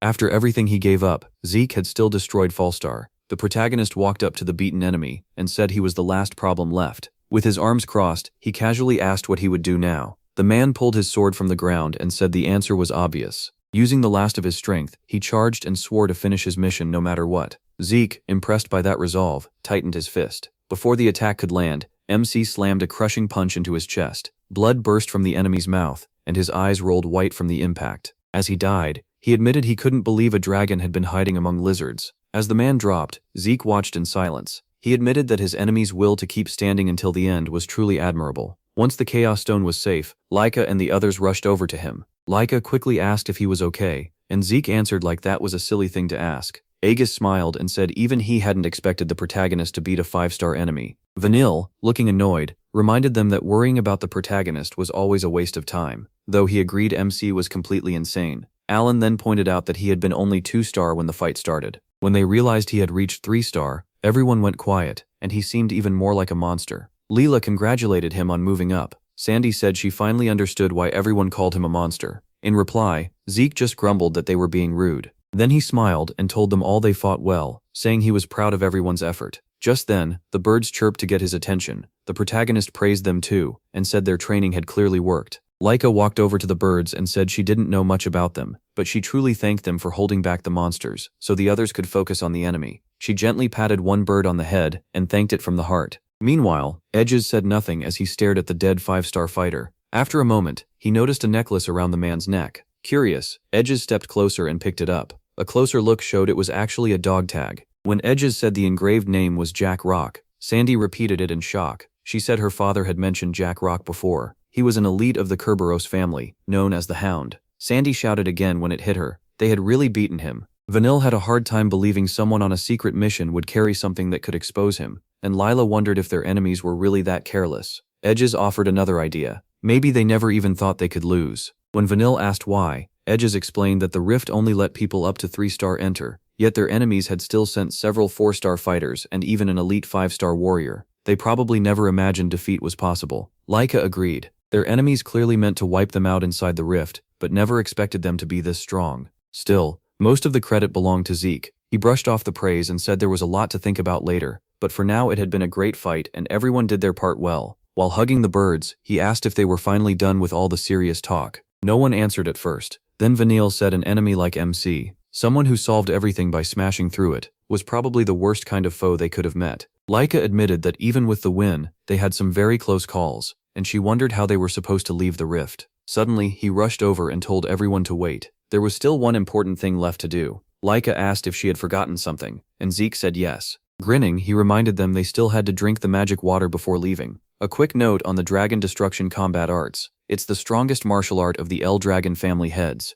It was named after slaying a divine dragon, and passed down for generations, but it's so hard that only Gilphus and the 15th head have fully mastered it. The version used now is actually a refined one, made by the 15th head, so later descendants could learn it. It has forms 1 through 4, a special form and a final form. The first form is all about huge destructive power in one blow, while the second form is built for fast, non-stop attacks. Laika had no idea what Zeke was talking about. Everyone stared at the bottles of magic water in front of them, and Sandy asked what he meant. The protagonist didn't answer right away. He just asked if what he said was really that surprising. Sandy immediately said yes, while Aegis and Lila asked whether Zeke had already forgotten why they came here. He calmly said he remembered perfectly. They came to get the magic water and close the special rift. Laika quickly agreed and said that was exactly why drinking it made no sense. But she was left speechless when MC asked who had actually said they weren't allowed to drink it. Without waiting, Zeke picked up a bottle and said that even if they entered because of the family's mission, they were the ones who risked their lives to get the magic water.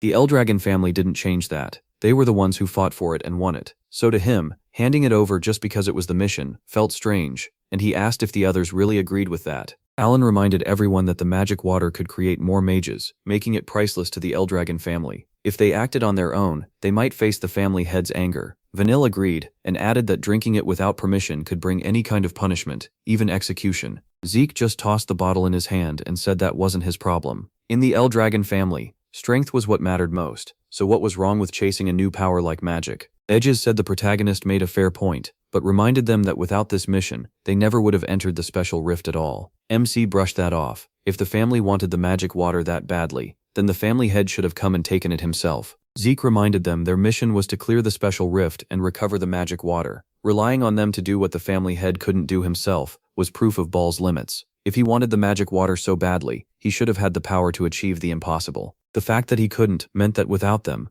Ball never would have gotten the magic water at all. Zeke then grinned and pointed out one last thing. Their mission only said to recover the magic water. No one ever plainly told them not to drink it, and since nobody explained exactly how that recovery had to happen, they could just say they recovered it by drinking it themselves. To him, that settled it. Laika could only stare at him. She still couldn't understand what he was getting at, while Sandy complained he was obviously bending the mission's meaning. Zeke replied that if the family wanted no loopholes, they should have made their orders clear from the start. Maybe the adults could learn something from that too. In the end, he asked if they really wanted to let a chance this rare to grow stronger pass them by, and left the choice to them. Holding a bottle tightly, Laika sank into thought. If they didn't drink the magic water now, they might never get another chance to become mages, or at least not for a very long time. But if they brought the bottles back, the magic water would most likely go to the top members of the Eldragon family, not to them. If they drank it now and the family head found out, the punishment would be brutal. Laika slowly turned to Zeke. He was smiling at her like he had no doubts at all. That smile reminded her of the strange power he had shown again and again. Maybe if she drank the magic water, she could one day reach power like the protagonists. Laika stopped hesitating. She said she wanted to grow stronger too, and decided to drink the magic water right there. Sandy was shocked by that, and asked if Laika was really serious. Laika didn't waver. She wanted more power, and to her, this was the only way to get it. Edges then said he was drinking one too. He'd always wanted to know what using magic felt like, and now he finally had the chance. Hearing that, Lila admitted she was curious too, and wanted to try it herself. Laika then said she needed magic because she planned to become the next head of the Eldragon family, no matter what. The second Vanille heard that, he announced that he would drink one too. He flatly said Laika would never become family head, because that seat was his. Staring Laika down, Vanille swore he'd even surpass their older brothers, and learning magic was step one. Alan just smiled and said he'd follow wherever Vanille went. Vanille then looked at Sandy and said if she didn't want to drink it, she could stay back and watch. That instantly annoyed Sandy. She asked if they had really thought this through, warning that if the family head learned they drank the magic water, he might kill them. Laika understood her point, but said she still wouldn't let a chance to get stronger slip away. Vanille agreed. He knew the risk, but chose power over everything else. By then, everyone had decided for their own reasons. Sandy grabbed her head in frustration, then gave up and said she'd heard enough. If everyone else was ready to bet their lives, then she'd drink the magic water too. She wasn't going to let Laika and the others face that danger alone. A moment later, each of them was holding a bottle. Then they all drank the magic water together. As it spread through their bodies, a faint rainbow glow wrapped around each of them. When the bottles were empty, everyone fell silent and waited. They tried to feel if anything had changed. After a few moments, Laika asked if that was really it. Even Leela said she couldn't feel any clear difference. Zeke told them a change had happened. He could feel something new inside each of their source powers, a force completely separate from aura. He was sure what he felt was magic itself, so there was nothing for them to worry about. Then they noticed the last bottle still sitting in front of Zeke. Confused, they asked why he hadn't drunk it. MC told them not to worry about him, then casually raised his hand like a finger gun. Golden aura gathered at his fingertips, and after only a moment of focus, a huge boulder appeared in front of his finger. An instant later, the rock blasted into the sky.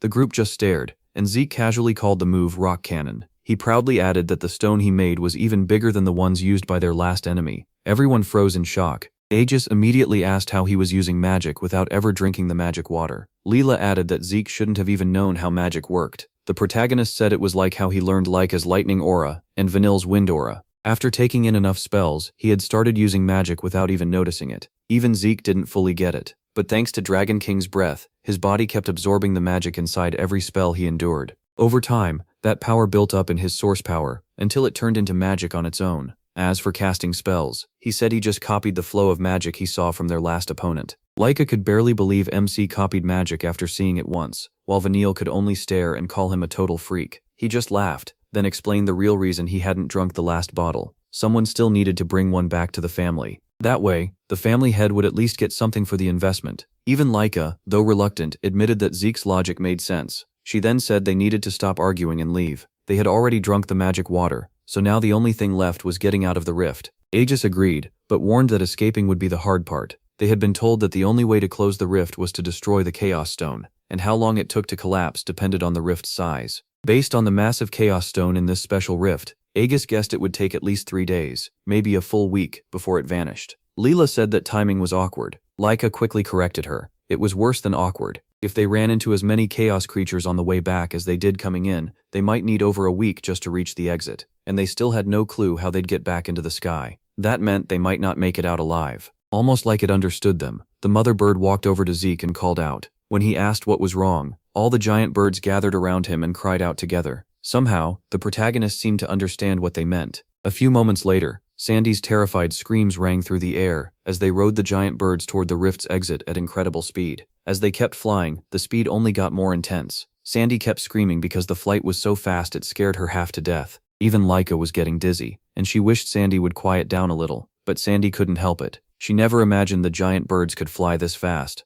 Edges admitted their speed was so overwhelming that even the chaos monsters behind them couldn't keep up, and at this rate, they should reach the rift before it closed. Even at that speed, Zeke stood calmly on the mother bird's back like nothing was wrong. When Laika looked at him, she smiled to herself. Once again, MC seemed beyond belief. She never thought he would actually tame the monsters inside the rift and use them to escape. Before she could think any further, Lila suddenly cut in and said the giant birds everyone feared were actually soft and cute. Laika had to admit she was right. Laika added that thanks to Zeke, their mission was basically already done. Leela happily agreed and praised him even more. He beat a 5-star enemy, found them a way out of the collapsing rift, and even shattered the insanely tough Chaos Stone in one hit. Laika just smiled, remembering when the protagonist smashed that giant Chaos Stone, and realized that after seeing that, nothing he did could surprise her anymore. Thinking over the whole mission, Laika felt like she hadn't done much, even though she had been put in charge. Leela quickly told her that wasn't true. Without Laika keeping everyone together, the group would never have stayed united to the end. Hearing that, Laika softly said Lila's name before pulling her into a grateful hug.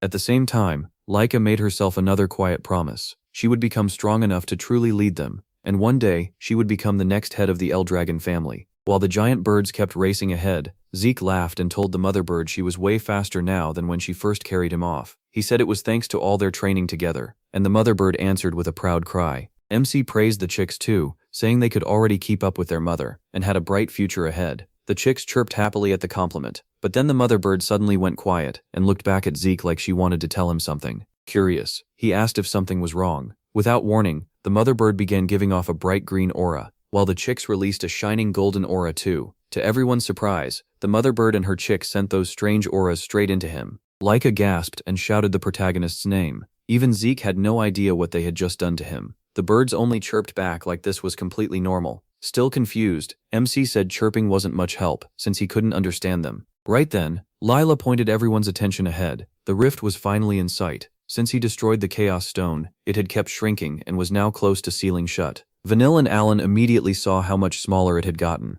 and realized time was running out. Seeing the entrance collapsing so fast, Aegis grimly said they were in serious trouble. Laika worried the rift would close before they got out, but Zeke didn't look concerned at all. Rather than panic, he turned to the giant birds and asked if they could still make it. Their eyes lit up at once, and they sped up without hesitation. Sandy screamed even louder as the giant birds pushed to their limit, rushing for the shrinking rift before it sealed. A moment later, they reached the collapsing entrance and flung everyone through the tight opening with perfect aim. Everyone else was sent ahead, but Zeke stayed on the mother bird's back. He gently rested a hand on her feathers. The protagonist admitted he still didn't understand the strange aura they gave him, but this was where they had to part. Hearing that, the giant birds grew visibly sad. Seeing their reaction, MC told them not to be sad. If they stayed alive, they'd meet again someday. Until then, they had to remember their training and keep getting stronger. With that final goodbye, Zeke jumped into the closing rift and told them to stay safe. By the time the rift shut completely, Laika and the others had already landed safely in the forest. Flat on the grass, Ed could only wonder if they had really made it back alive. Zeke calmly told him they were all safe.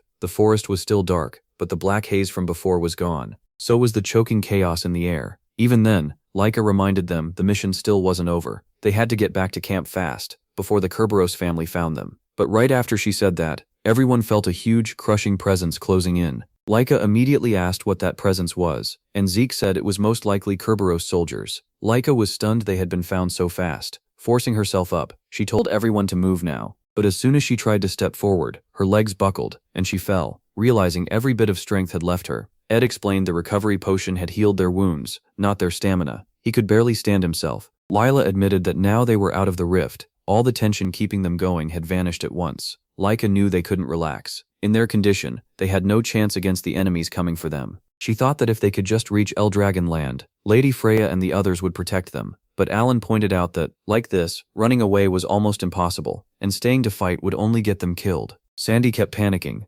asking what they were supposed to do, while Vanille cursed how awful their timing was. Zeke looked toward the incoming enemies and measured their strength. There was one 6-star fighter, several 5-star warriors, and just as many strong monsters. Even if Laika and the others had been at full strength, escaping a force like that would have been nearly impossible. Realizing that, Zeke decided he would stay behind so the others could escape without him. Laika and Sandy instantly asked what he meant, wondering if he was serious. He said that in their current state, they'd be caught no matter how hard they ran, so he'd stay as a decoy and buy them time. Aegis shut that idea down right away. He knew these enemies were nothing like Jack and the others in the rift. Laika refused too, saying they couldn't just leave the protagonist behind. The protagonist answered by calling her name, and reminding her of her dream to become the next head of the Eldragon family. If she truly wanted that, then she had to know her limits and choose what mattered most. A real leader needed that kind of judgment. He went on to say that with her current strength, finishing this mission was already her limit. Even after hearing that, Laika still wouldn't leave him. Zeke put a hand on her shoulder and told her not to worry. He promised to hold them off for a while and catch up later,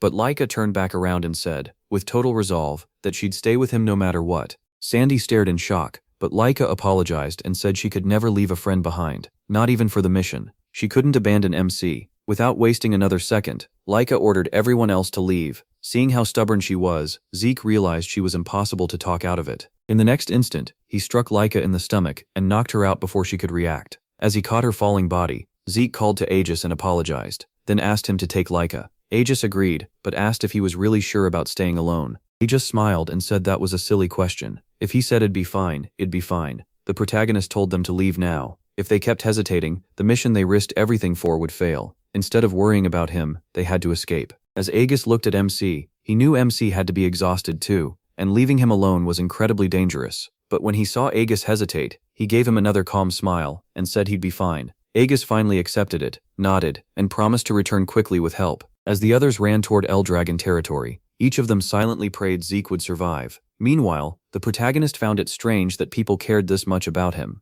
In his past life, he never would have imagined anyone worrying whether he lived or died. Even so, he knew that with his current body, protecting Laika and the others while facing several 6-star enemies would be very hard. Earlier, he told them he just hadn't trained enough yet, but he never planned to only stall for time. When the Kerberos members arrived, they quickly realized Jack had already failed his mission. Zeke simply stood in front of them, smiling with total confidence. One of them guessed the other kids had escaped, and MC had been left behind alone. Thinking that was true, their leader ordered the summoned monsters to chase down the little lizards who had run off, and the beasts rushed after Laika and the others at once. But before any monster could get past Zeke, his eyes flashed bright gold as he released his dragon blood aura. The pressure instantly made the summoned monsters whine in fear, and the Kerberos members froze before drawing their weapons. Meanwhile, Zeke found it funny that they were trying to act like he wasn't there. When they asked who he was, he calmly said his name was him. The enemy leader paused and searched his memory, then realized he'd never heard of the protagonist. Based on appearance alone,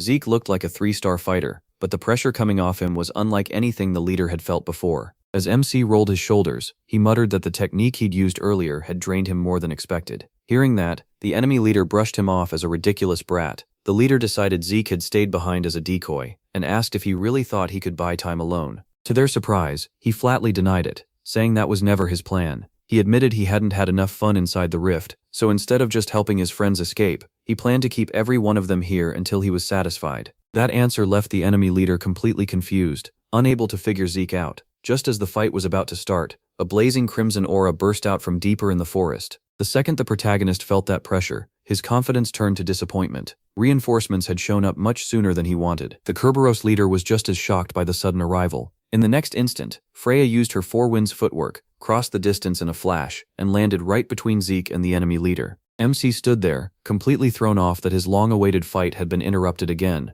while Freya said she came to help him. He thanked her in a flat voice, which made Freya ask why he sounded upset. The protagonist explained that if she was here, then Laika and the others had to be safe. Freya confirmed his friends were safe, and said she had come ahead to bring Master Zeke back. MC said he was thankful, but all he could do was sigh, so Freya pointed out that he didn't look thankful at all. Meanwhile, the Kerberos leader never expected someone like Freya the Gale to appear. That made him realize he had to be extremely important. Facing the enemy, Freya calmly confirmed it, and declared that Zeke was worth more than all of them put together. The leader scoffed and asked what difference her arrival made. Freya casually replied, "Who said she came alone?" At that moment, the Kerberos members were suddenly swallowed by a dark purple aura. Before they could react, their leader was hit by a lightning-fast slash that nearly cut through his throat. He barely dodged at the last second, then demanded to know who was hiding there. As the dark purple aura started to clear, an assassin appeared on a tree behind them. He let out a lazy yawn and said the enemy leader was better than expected. The second the Kerberos leader saw him, he knew it was Ludin,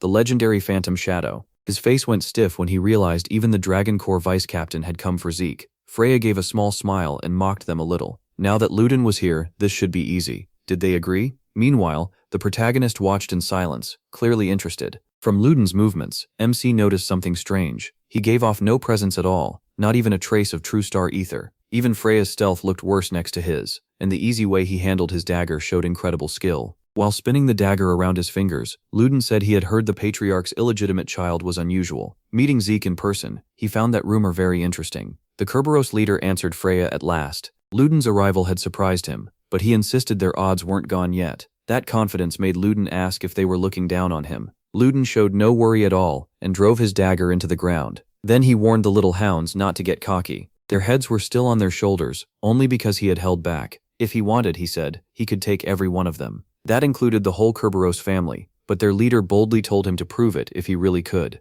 Ludin only said sorry to disappoint them, then revealed he wasn't the last reinforcements to arrive. A soldier's cloak drifted into view, followed by a huge golden dragon aura that dropped onto the battlefield with crushing pressure. The force drove every Kerberos member to their knees and left them staring in shock. They couldn't believe Mentric the Educator had come in person too. Ludin mocked them for talking about overwhelming force earlier and asked what they planned to do now. If they still wanted a fight, he said he'd be happy to face them himself. Grinning, he added that if anyone vanished today, it wouldn't be him. The Kerberos leader quickly judged the situation. They still had more people, but going against both the Phantom Shadow and the Educator changed everything. Knowing this fight would end badly, he reluctantly said they would pull back for now. Ludin immediately asked if they really thought they would be allowed to leave that easily. But before he could say more, his expression shifted slightly when he spotted the enemy leader take out a small purple bead. Zeke had no idea what it was, but Ludin rushed in at once to stop their escape. Too late, the leader coldly said, crushing the purple bead in his hand. A burst of purple light instantly swallowed the area, making everyone cover their eyes from the blinding flash. When Zeke opened his eyes again, the entire Kerberos group was gone without a trace. Ludin scratched his head, disappointed. He hadn't expected them to have something as rare as a teleportation orb. Wanting to know more, he quickly asked what a teleportation orb was. Freya explained that it was a magic tool filled with magic that could instantly send its user to a set location the moment it was broken. Freya added that tools like that were very rare and hard to get. The moment Zeke heard about it, his eyes lit up with excitement. Then tears suddenly formed in his eyes. He had just learned about an amazing new magic item, but the enemies had escaped with it. Freya shared his frustration, saying they could have learned a lot if they had caught them alive. But before she could go on, the protagonist admitted his real regret was missing the chance to fight them properly. That made Ludin burst out laughing, clutching his stomach as he called MC hilarious. Mentric calmly noted that the enemy had gotten away in the end, and Freya could only agree. She admitted she never expected them to prepare a teleportation orb ahead of time. Even so, Mentric warned that the Kerberos family's territory was close by, so they still couldn't relax. Still chuckling, Ludin said that now Mentric was here, he was leaving first to get some sleep. Freya quickly told him to stay until things were settled, but when she turned around, Ludin was already gone. Seeing that, Mentric simply said he had always been a free spirit. Then, Mentric looked at him, and assured him they would stay by his side from now on, so he had nothing to worry about. He said that was reassuring, but he still looked unhappy. Noticing that, Freya asked again why he still seemed so upset. Just then, Mentric called out to the protagonist, and said he wanted to ask something about the magic water. Zeke simply looked back at Mentric like it was no big deal.